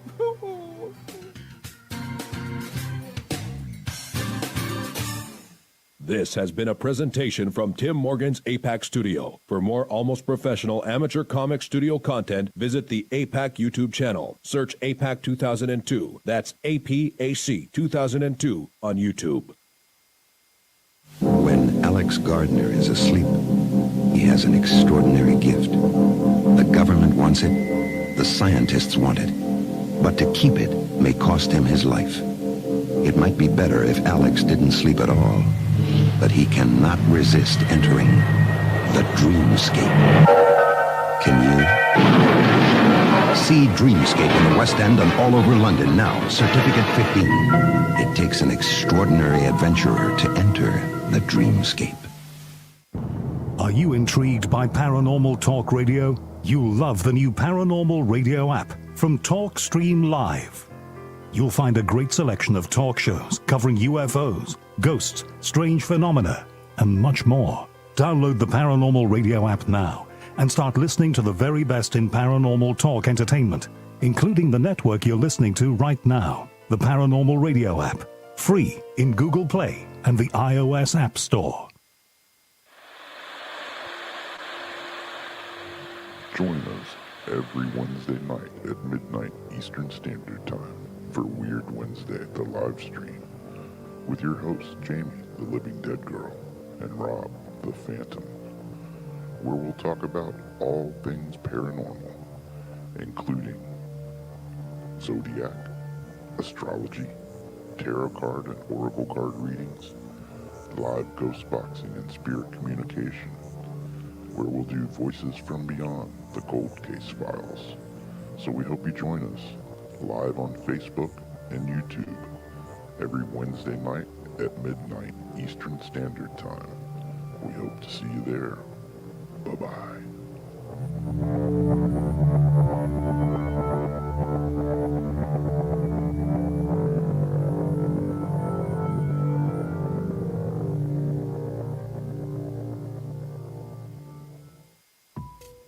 Since 1948, Fate magazine has brought you reports of the strange and unknown, all of them true.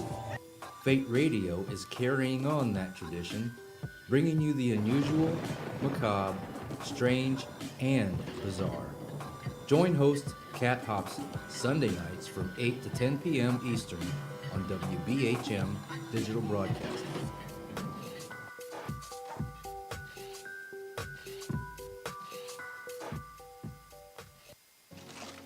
Heat 'em up.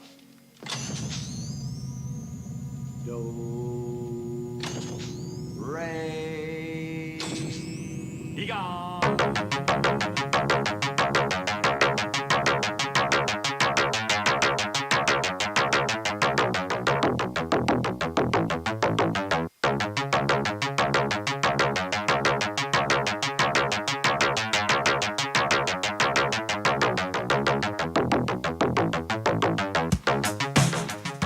You're listening to Paranormal Soup, bringing you the weird every Sunday night. Call into the show and join the discussion. The call-in lines are 219-230-4444 or 260-225-9419. Or by Skype caller ID 00JBland00 or JBland Paranormal Soup. And now to your host, Jason Bland. Tonight's guest is Damien Nott. We've been talking about his experiences and evidence of capturing UFOs, or the new term UAP. But his experiences are blowing my mind. You know, what he's having this many UFOs. I mean, like I said, I've seen two in my life. I've had a lot of weird stuff in my life, but nothing like that. You know, where he's had one follow him, or walking out in his backyard and seeing him. Having just one segment where we had 42 photos. Something. He's got a lot of high strangeness, and we're going to talk about his experience that was a bit negative, where he actually had physical harm. And I do think there's lots of cases where people have had physical burn marks or harm, or things happen to them, not just abduction, but just witnessing a UFO happening to them. And it makes you wonder what's going on behind that. Are they attacking people? The case of Corrales, Brazil in 1977, something I've always been fascinated. He brought that up. It attacked people. It was an attack on a population. Look it up. If you're not familiar with that case, you really should look it up. I've talked about it on the show before. But are these things safe? Are they here to harm us? I don't know, but people have had definitely bad times when they've gotten too close. Just a word of warning: if you do see a UFO, you might want to hide for multiple reasons. And we're getting to Damien's story. The phone lines are going to be back open. Please no crappy call. And all the 6 years of doing this show, I rarely think I can think of only one other time where I got a prank caller. So sorry about that. To any of your ears were beseeched by that jerk that called in, but don't waste our time. I will hang up on you. But if you have a real interesting experience you want to tell us about, the phone lines are open for you. Please call in and share. But let's go ahead and get back to our guests.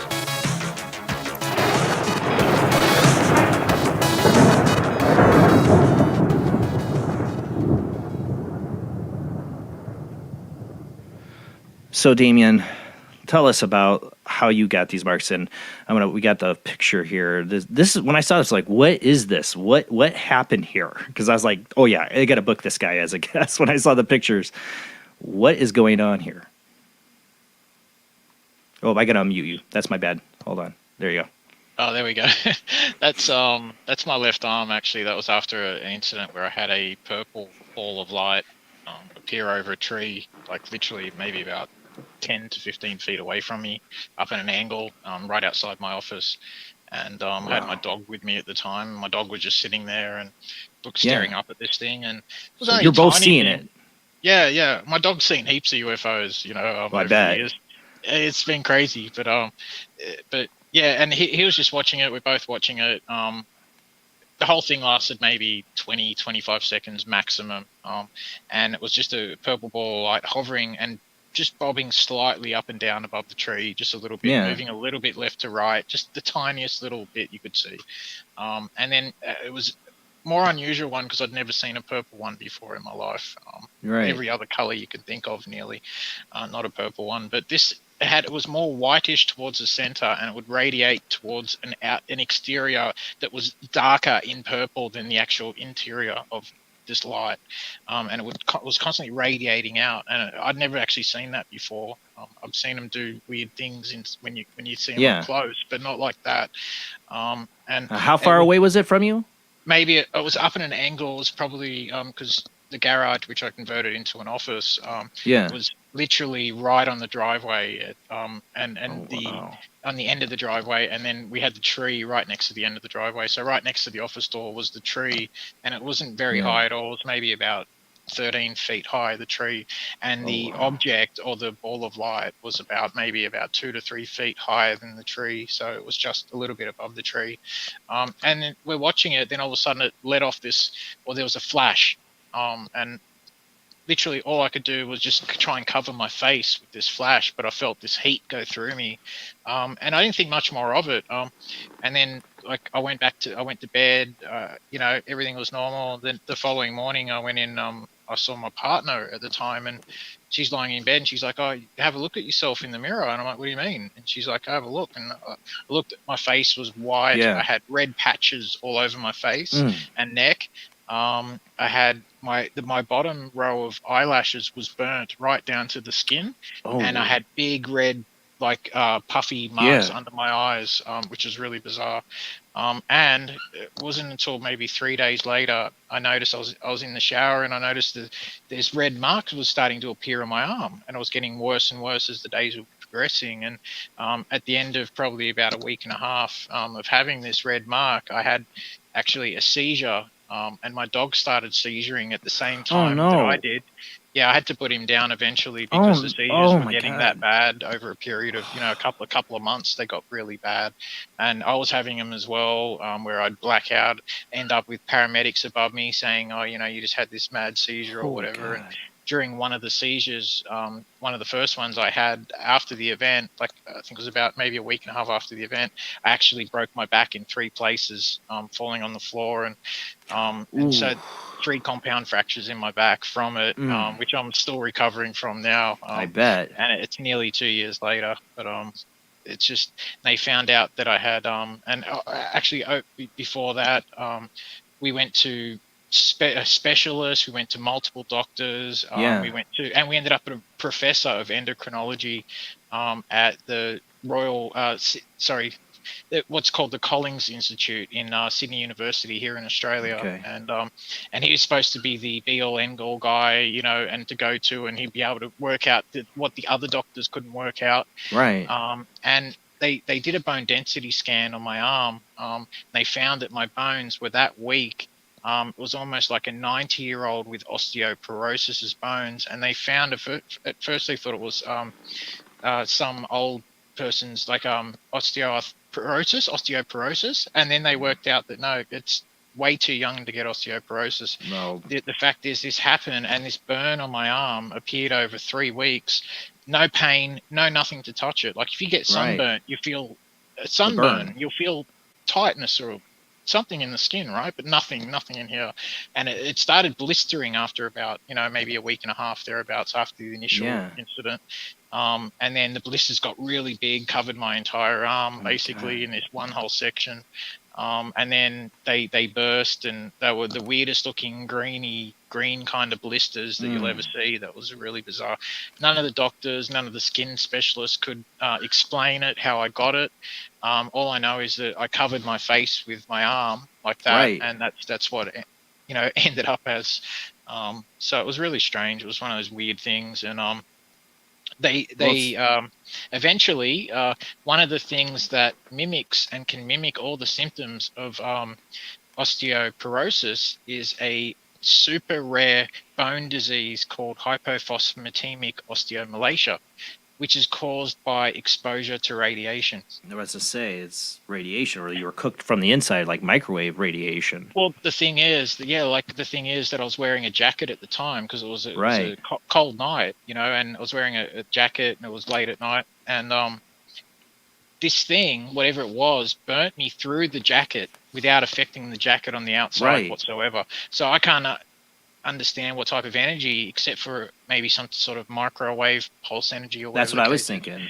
That could do that kind of thing, that could actually cook something from the inside without affecting the outside layering, which is really bizarre. So yeah, we went to all these specialist professors and all this kind of stuff, and I've been going through treatments for the past 2 years for bones, this and that, and I'm only just starting to put on weight over the past 6 months, and I found it so hard to put my weight back on. I lost heaps of weight. I'd nearly died. People who saw me, who'd seen me weeks earlier before this UFO thing happened, were like, "Man, I thought you were going to die when I saw you. You look like hell." They'd message me afterwards. They'd leave and they'd say, "Man, what's up?" Like I wanted to say something, but I didn't want to, piss you off or anything or get you angry, but you look like hell. Like what happened? Right. What happened to you? Like last time I saw you a few weeks ago, you were fine, and now you look like you're dying.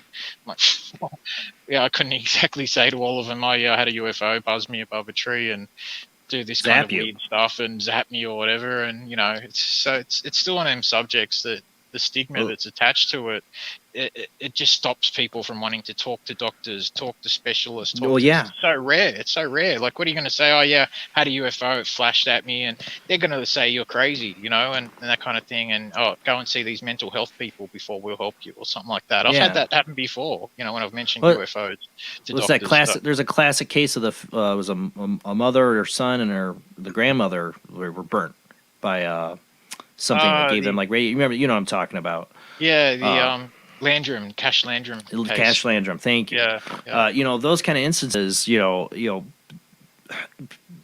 think how many times that's happened to people, they've never come out.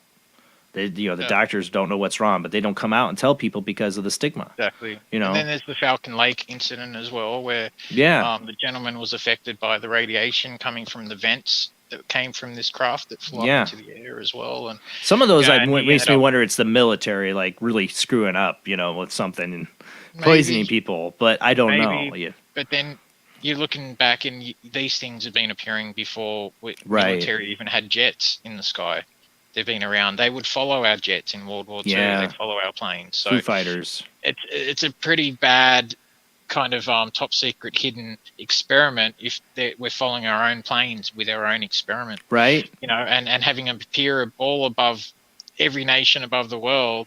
Every military exercise. And at risk of being shot down out of the sky and have your top secret project in another country's hands. I don't think that would happen.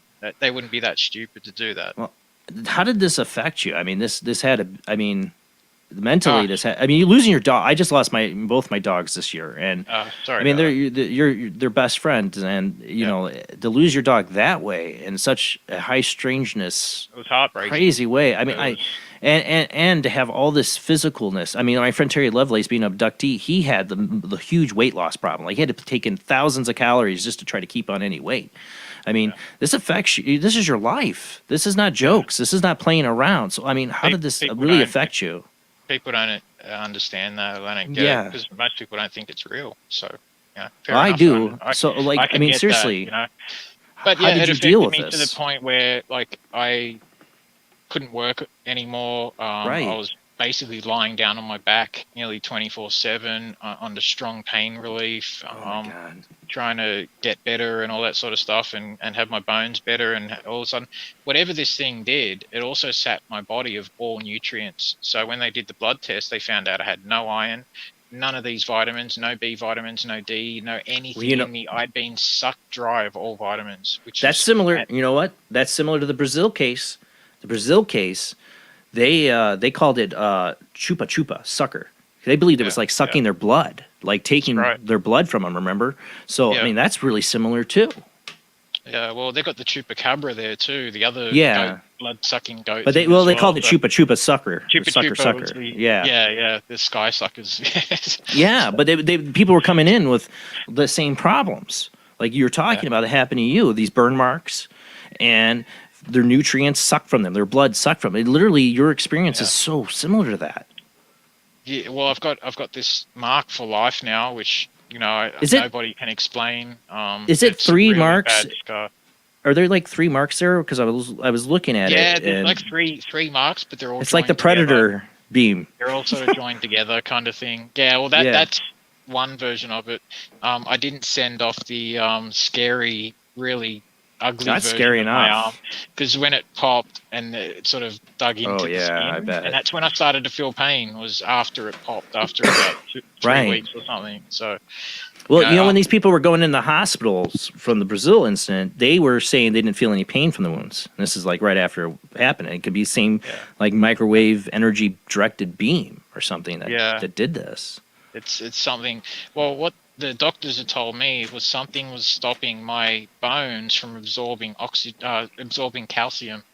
So it had been, and they said that it was more likely that I'd had this for years. So it might have been a repeated build-up of close-up UFO sightings, which has over the time has built up to a crescendo, which has made me unwell. And it was only this particular UFO which sort of alerted me to that fact and alerted me to this bone problem that I had, and alerted me to all these other issues and that. But it's crazy. Well, I mean, I just know from the abductees I know, then they are taken. It's always they know physically they're sick usually afterwards. They're drained. Who knows what? I'm not. I know you're not saying you're an abductee. I know you're not. I don't want to put that on you. But for abductees, if they're being taken into a ship, there might be taken in a whole new alien environment. Our bodies can't really take a lot of time in, and that's why they have these effects. Yeah, it's a possibility as well too. Yeah, could be what they're doing to us as well. If it's like taking some sort of DNA from us. DNA Right, from us yeah. or whatever, and that might be making us unwell. They might not be sterilizing their equipment. We could be getting like sick afterwards. I don't know. Alien viruses. Yeah, You know. it's like a coronavirus 3.1 or something. No, it's terrible. Won't go there. Well, I've talked about how I wonder how the coronavirus has affected the paranormal community. I never thought about, well, what about alien abductees bringing coronavirus onto alien ships? I don't know. Maybe it'd be like War of the Worlds and their ships start crashing because they got sick from a bug. You have to wonder. Yeah, well, that's what happened, right? So you never know. Well, I mean, like I said, this had this. I saw somebody posted. Ziriana said, "Did he get too close to their secrets?" And that's kind of what I was wondering. Do you think this was a warning to you?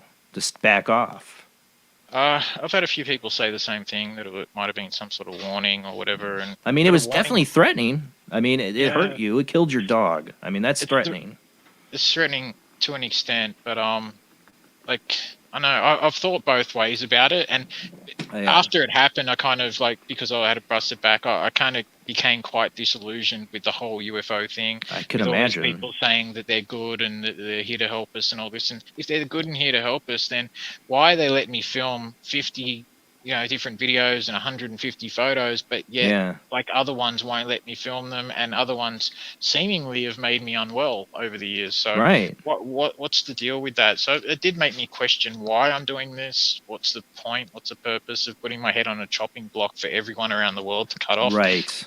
Believe me, I'm crazy enough to deal with that sort of stuff. That's fine. I've had it my whole life, from family, friends, whatever the case is. It's cost me dearly in my life, but I'll always speak the truth. I'll always have the integrity in me. I'll always, no matter what, I'm not going to sugarcoat it for anyone. If you don't like it, then that's too bad. Close your hair up. Close your ears up. Sorry, but you know what I mean. No, but that's just the truth. That's just the truth of the matter. Either you're going to listen to what you are giving as a truthful, honest experience, or you're not. And if you're not, that's your deal. But that's why I do this show, is because we have open ears here. We want to hear. I think everybody's experience is a piece of the puzzle, and you have a lot of them.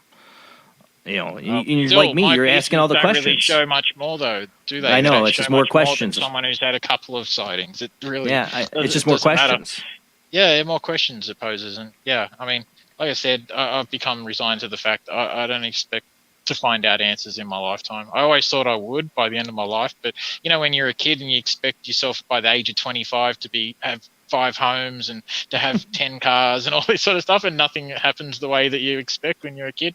But who knows? I always thought that I'd have it solved, but then when I realized the actual gravity and the enormousness of this phenomenon and the situation that's around us, and the enormity of it all is just so much to grasp. You really, it can seem quite daunting, I guess, one word. Looking into this phenomenon could be quite daunting. You might not get the answers, but what you're doing is exposing the reality of it. Because so many people, this is just not part of the reality. Exactly. Yeah. And if I can, alleviate some people, like I said before, a lot of people contact me and tell me stuff they can't tell their own families. If that's all I do in my life, or if it's that's worth till it. the end of my life, it's worth it. If it's helping some people out and, being an open ear for an understanding open ear for some people, then I'll be that, and I'll happily be that. So I know it's true. I know there's a reality, but I also know there's a lot of liars in my field and a lot of people who try and get close to you by saying they like. And now there's going to be more. Now that it's getting into the public light, now it's going to attract more. There's no way around it. Sadly, all people can do is put on their critical thinking skills and just ask questions. Just seek the truth, and don't trust that anybody's actually, when they say they're giving you, they know it all. Don't trust it. The X-Files, trust no one. That's right. That's right. One of my favorite shows from probably yours too, around the same generation. We're 42, man. We grew up on the same stuff. Yeah, Australia or not, we were watching the same shows. I can guarantee it. If you've had those weird experiences since your childhood, and I did, it draws you to these sci-fi things because your imagination's there, Totally. I never went down the Star Wars or the Star Trek side, but I always, the X-Files was enough for me because I had to. What was that with your hand? Sorry. Star Trek, right? Hold on. No, sorry. You should see my kids try it. My kids try to do it all the time now. It looks like an alien hand. Oh, is that it? Hold on. Is that? No, you got to get the thumb out. There you go. Peace and goodwill. whatever. live long and prosper. Okay. There you go. Sorry, I'm destroying Star Trek for all you Star Trek people. That's all right. I didn't mean to. Attack me later. It's all good. But we're drawn to the unusual, the things in fiction as well as real life, because we're just looking for answers. And sometimes people's speculation in fiction touches upon it. I think sometimes the idea, basically taking an idea of what's going on and trying to explore what it could possibly be. So I've been fascinated with like the X-Files and the because it's all based off of what people really experienced. Case files and stories out there. Yeah, that's what I used to love about it as well. It's funny. When I first came out public, before I grew this big beard, everyone used to tell me, "Oh, you look just like Mulder. You're the Aussie." I would Mulder. get that too. You get that too. Yeah. Yeah. Even my wife said when she would watch X-Files, she's like, the way you talk, and sometimes when you get really into the subject of the weird, she's like, you sound like Fox Mulder. Yeah. What are you talking about? That's not a bad thing. He's a pretty cool dude. So. Yeah, no kidding. David Duchovny? Yeah, I'll take that. Red Shoe Diaries, man. You got the women. He's done some stuff, hasn't he? Yeah, he has. I love the jokes they would make on X-Files, little hints to his Red Shoe Diaries stuff. Yeah. Drop something here and there. Yeah. Yeah. Gillian Anderson, that was like one of my big time crushes. Oh my God. Scully. Oh yeah. Used to kill me though. So much stuff that she would see, but she would doubt him every single time. She'd always eventually end up doubting him. She sees aliens peeping at her around the corner and, wow, Mulder, I believe you now. But then next episode, she's like, yeah, we're back to being staunch skeptic. Yeah. But I carried an alien baby, but I'm going to doubt you on this one. Yeah. I'm going to doubt you on everything else you say, but yeah, alien baby, oh good. What did you think? What did you think of the revamp or the comeback of it and their like whole kind of Alex Jones thing? Yeah, like they went down like this whole like military industrial complex, and none of it's been real. It's all been staged by the military, and it's blah blah blah blah. I'm like, oh my God. I did get the season. Was it season 12 or something? The season 11, the new one they brought out. Yeah, that's what I'm talking about. What, 8 episodes or something? Yeah, something like that. Yeah, I did get that. There was a couple episodes that were okay to watch, like popcorn entertainment, but more for nowadays. But I think that they just went down I was expecting a full season of X-Files from what they were saying, but we got ripped off, man. Totally. Man, we got ripped off. It was a money run. Complaining, yeah. I know. It's terrible. I know. And then they like I said, they went like down this whole like kind of like I don't know, like none of this was real the whole time. It was all just a government like ploy or something like that. I wasn't totally sure what they're getting at because I didn't finish watching it. I was kind of so disappointed. Yeah. It's all about the government. Blame the government for everything. Yeah. I think that's the scary theme for people, though. That's why I do think there's a deep part of our government, a small little section that does have some idea, and there's materials and evidence and things they've hidden. But in the end, I don't think they know at all what's going on. And I think that's what drives people nuts. That's the scariest part. They want to think the government knows what's going on. They want to think somebody's in charge, right? Somebody's I got their hands on the wheel of this, right? Exactly. No, I don't think anybody does. You've got your finger on the pulse there. Yeah, that's exactly what's happening. And I think that scares the hell out of people, or as rightfully it should. Well, they want the government at least to know what they're dealing with, and if the government doesn't know what they're dealing with, then hey, it's a free reign for anyone and anything to put their hand up and say it's us or it's another country's secret weapons or anything. But good. This whole like, it could be China, it could be Russia. Halliburton and all these other military industrial complex like companies are like. Next time we try to present you with a new military weapon or surveillance system, you guys are going to totally buy it right now. Yeah, totally. Yeah, exactly. It's definitely helping fund some coffers, I think. I mean, I don't think that's the whole purpose behind it. I think there are some good people trying to get this information out there. And boy, some of them take some flack for doing it. The UFO community is vicious. I'm just be blunt honest about it. It is vicious. So is the paranormal community when it gets to ghosts, but I swear the UFO community has a long history of being vicious to each other. And it's sad. Nasty two-faced people, a lot of them. A lot of them will just use you, ride your coattails to try and get them famous, or vice versa. And I'm not that type of person. So I like I said before, I mostly keep to myself in this field. I have a few friends in here, a small handful, and that's all I need. in the field. I've become reserved to the fact that, you know, I'm not going to find my other soulmate, true half. Don't give up. Person You who's just like might. me. You never know. Yeah, 10 years, man, of having like, yeah, everyone and their dog say, I'm just like you, and then show me a picture of an insect and then say, yeah, I'm just like you. And I'm like, okay, great. Here we go again. It's just Try doing constant. the paranormal investigation when it's like, I got a picture of a ghost. And it's dust. Or moisture. Yeah. It's like watch just crushing people's dreams. I'm like, I'm sorry.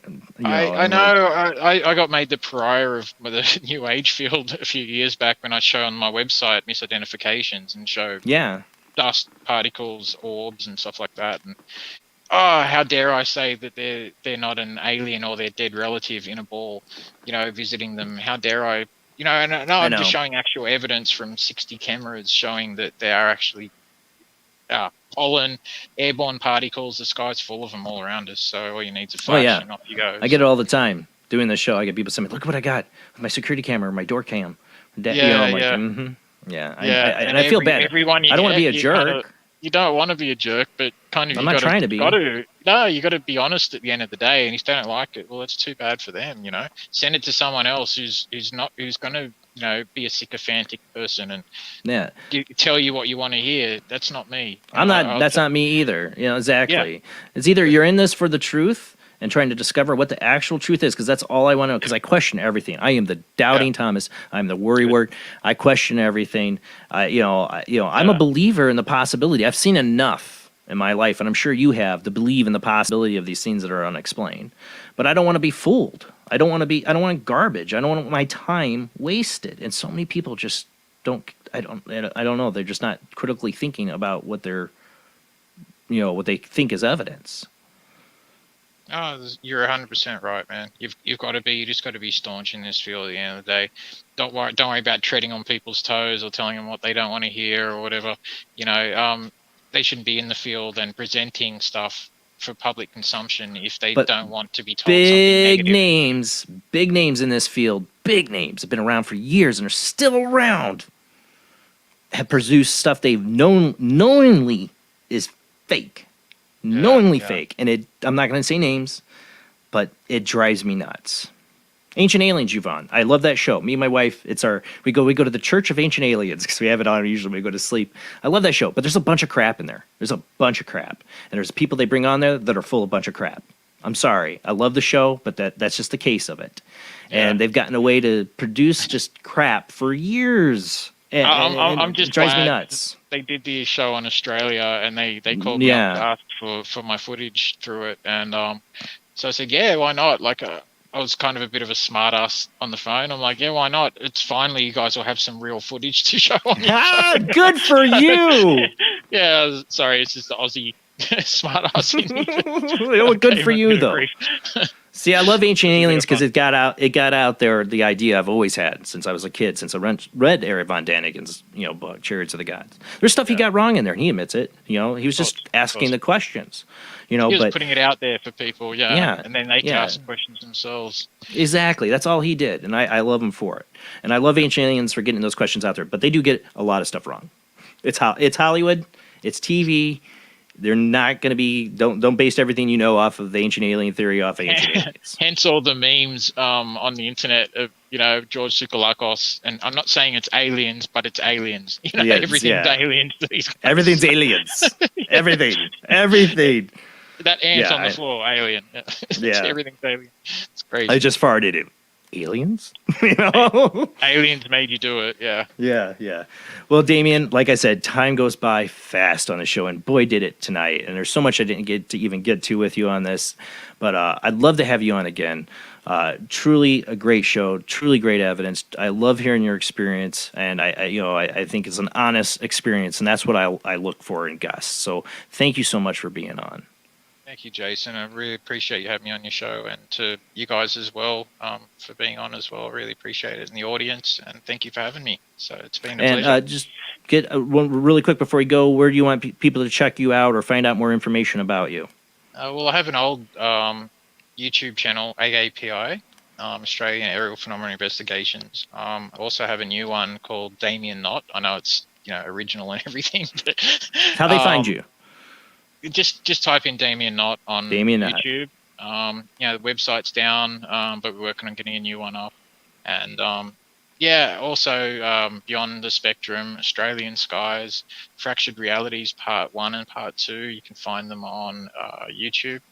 And there's a whole bunch of stuff coming out in the next few months. So yeah, stay tuned. It's all out there. Yeah, I will definitely stay tuned. And like I said, I definitely want to get you back on the show again. There's so much more we can talk about. But thank you again. Definitely. That is it for the show, guys. Thank you so much, Damien. You're an awesome guest. Go check out his documentaries. We got that he's been featured in, like Australian Skies, and upcoming Haunted Skies and Fractured Realities, correct? Fractured Realities Part 2, yeah. Part 2. 1's already out there, so if you guys want to see Part 1, it's already there. Oh, and I'm hitting the wrong bumper music. What the heck? All right, guys, that's it for the show. That's the right bumper music. Again, thank you, Damien, for being on the show. Next week, we're going to have psychic Michael Bodine on. I don't know if he's going to be doing readings. I got to check with Michael if that's what they're doing, or we're talking about his own experiences. This is his first time on the show, so I'm not sure. We'll get that information out to you. Next Sunday, same bad time, same bad channel, 10 p.m. to 1 a.m. Central, 11 p.m. to 2 a.m. Eastern, 8 p.m. to 11 p.m. Pacific time, or 1 p.m. to 3 p.m. In the afternoon in Australia. Again, thank you. I love to see the sunshine here. Time travel. All right, guys, everybody, I hope you had a happy 4th of July. Thank you for spending it with us here at Paranormal Soup, where the weird happens live. Be sure to check out and subscribe and follow us on Facebook, YouTube, Twitch. And thank you to all our patrons. Your $2 a month donation helps pay the bills for the show. Again, thank you to all our patrons. If you want to check us out, look us up under Paranormal Soup on Patreon. All right, guys, see you next week. Have a great night. Happy 4th of July.